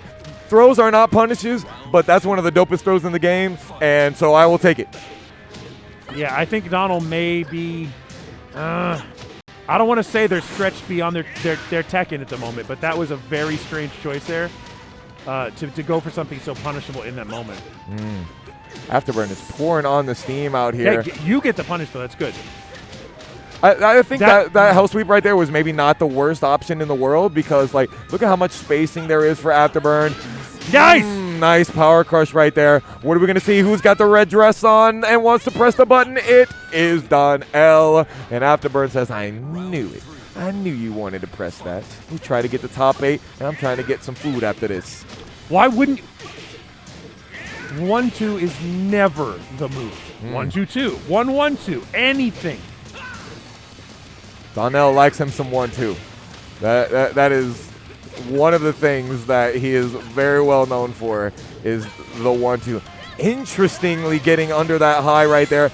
Gets the grab, lots of damage, but now Afterburn is in rage. He's pretty much guaranteed. How often do you see people use that rage? And then when it's not safe, when it's not a punish, he follows it. Oh, nice. The Rusty Knife finisher on the end of that Flamingo situation. Great option, and that was a quick 3-0 for our man, the Hwoarang main, Afterburn. Yeah, I think that Donnell's a little outmatched here. I got to be honest. What I'm seeing here is that Afterburn is ready to go, and Donnell is making some very suspect choices. There was a moment there when I was like, oh man, you punish with 1-2, you don't even finish. And then when it wasn't a punish, he lets 1-2-2 rip, which itself is punishable. Not very clean decisioning in those moments. When you come up to this stage, you've got to know what your options are going to be. One of those should have just been finishing the punish. The other one, that was a 1-2 moment. So I got to say, it seems like Donnell might slightly be out of his element, maybe a little bit discombobulated. He needs to recombobulate. Yeah. He took a little bit of time there in order to pick his stage, shook his head a little bit, and chosen the infinite. I would like to see the adaptation. I really want to see Donnell make the change here. Play a little cleaner. I love this particular Professor Hwoarang custom that we have right here. Professor of Taekwondo. Yeah, it's an homage to Beck and his very formal style. Oh my goodness, that was one of the first just frame skyrockets we've gotten to see all day. Oh yes, and then the air grab. I love that. Another one of my favorite things about Hwoarang, that air grab. Man, disappointment mounting. Donnell punished a 10-frame punish move with a single jab. Yeah. Get him on the ground. Nice. Run up. Ooh. Actually, I think they could have even gotten the knockdown on the end of it, on the end of that 3-3 string, but they were just like, you know, I've got your entire back. This is my playground. I'll do what I want. Yeah. There. Thank you. Yes. Thank Flash punch you. combo finish to Just punish do the punish. Plasma blade. There Nice, we go. finally gets the throw. Another grab. All right, you got the life lead just a little bit. Let's finish it. Nice. Get in there. He's Yes. not finish doing for the combo. guaranteed while standing 2 or while running 2 after the while running 1. Yeah, exactly. That's the second time that we saw him not do that. And it is guaranteed. Yeah. There's no ifs, ands, or buts about it. You get that damage for free if you want it. That is, yeah. Not quite. Too much knockback. There we go. Okay, we see that Afterburn is electing to pause on the Flamingo transition on his 11-frame punishes. There we go. Thank you. Get a little bit extra out of him. Dang, another. These Hwoarang mains just cannot break throws today. I don't know what it is.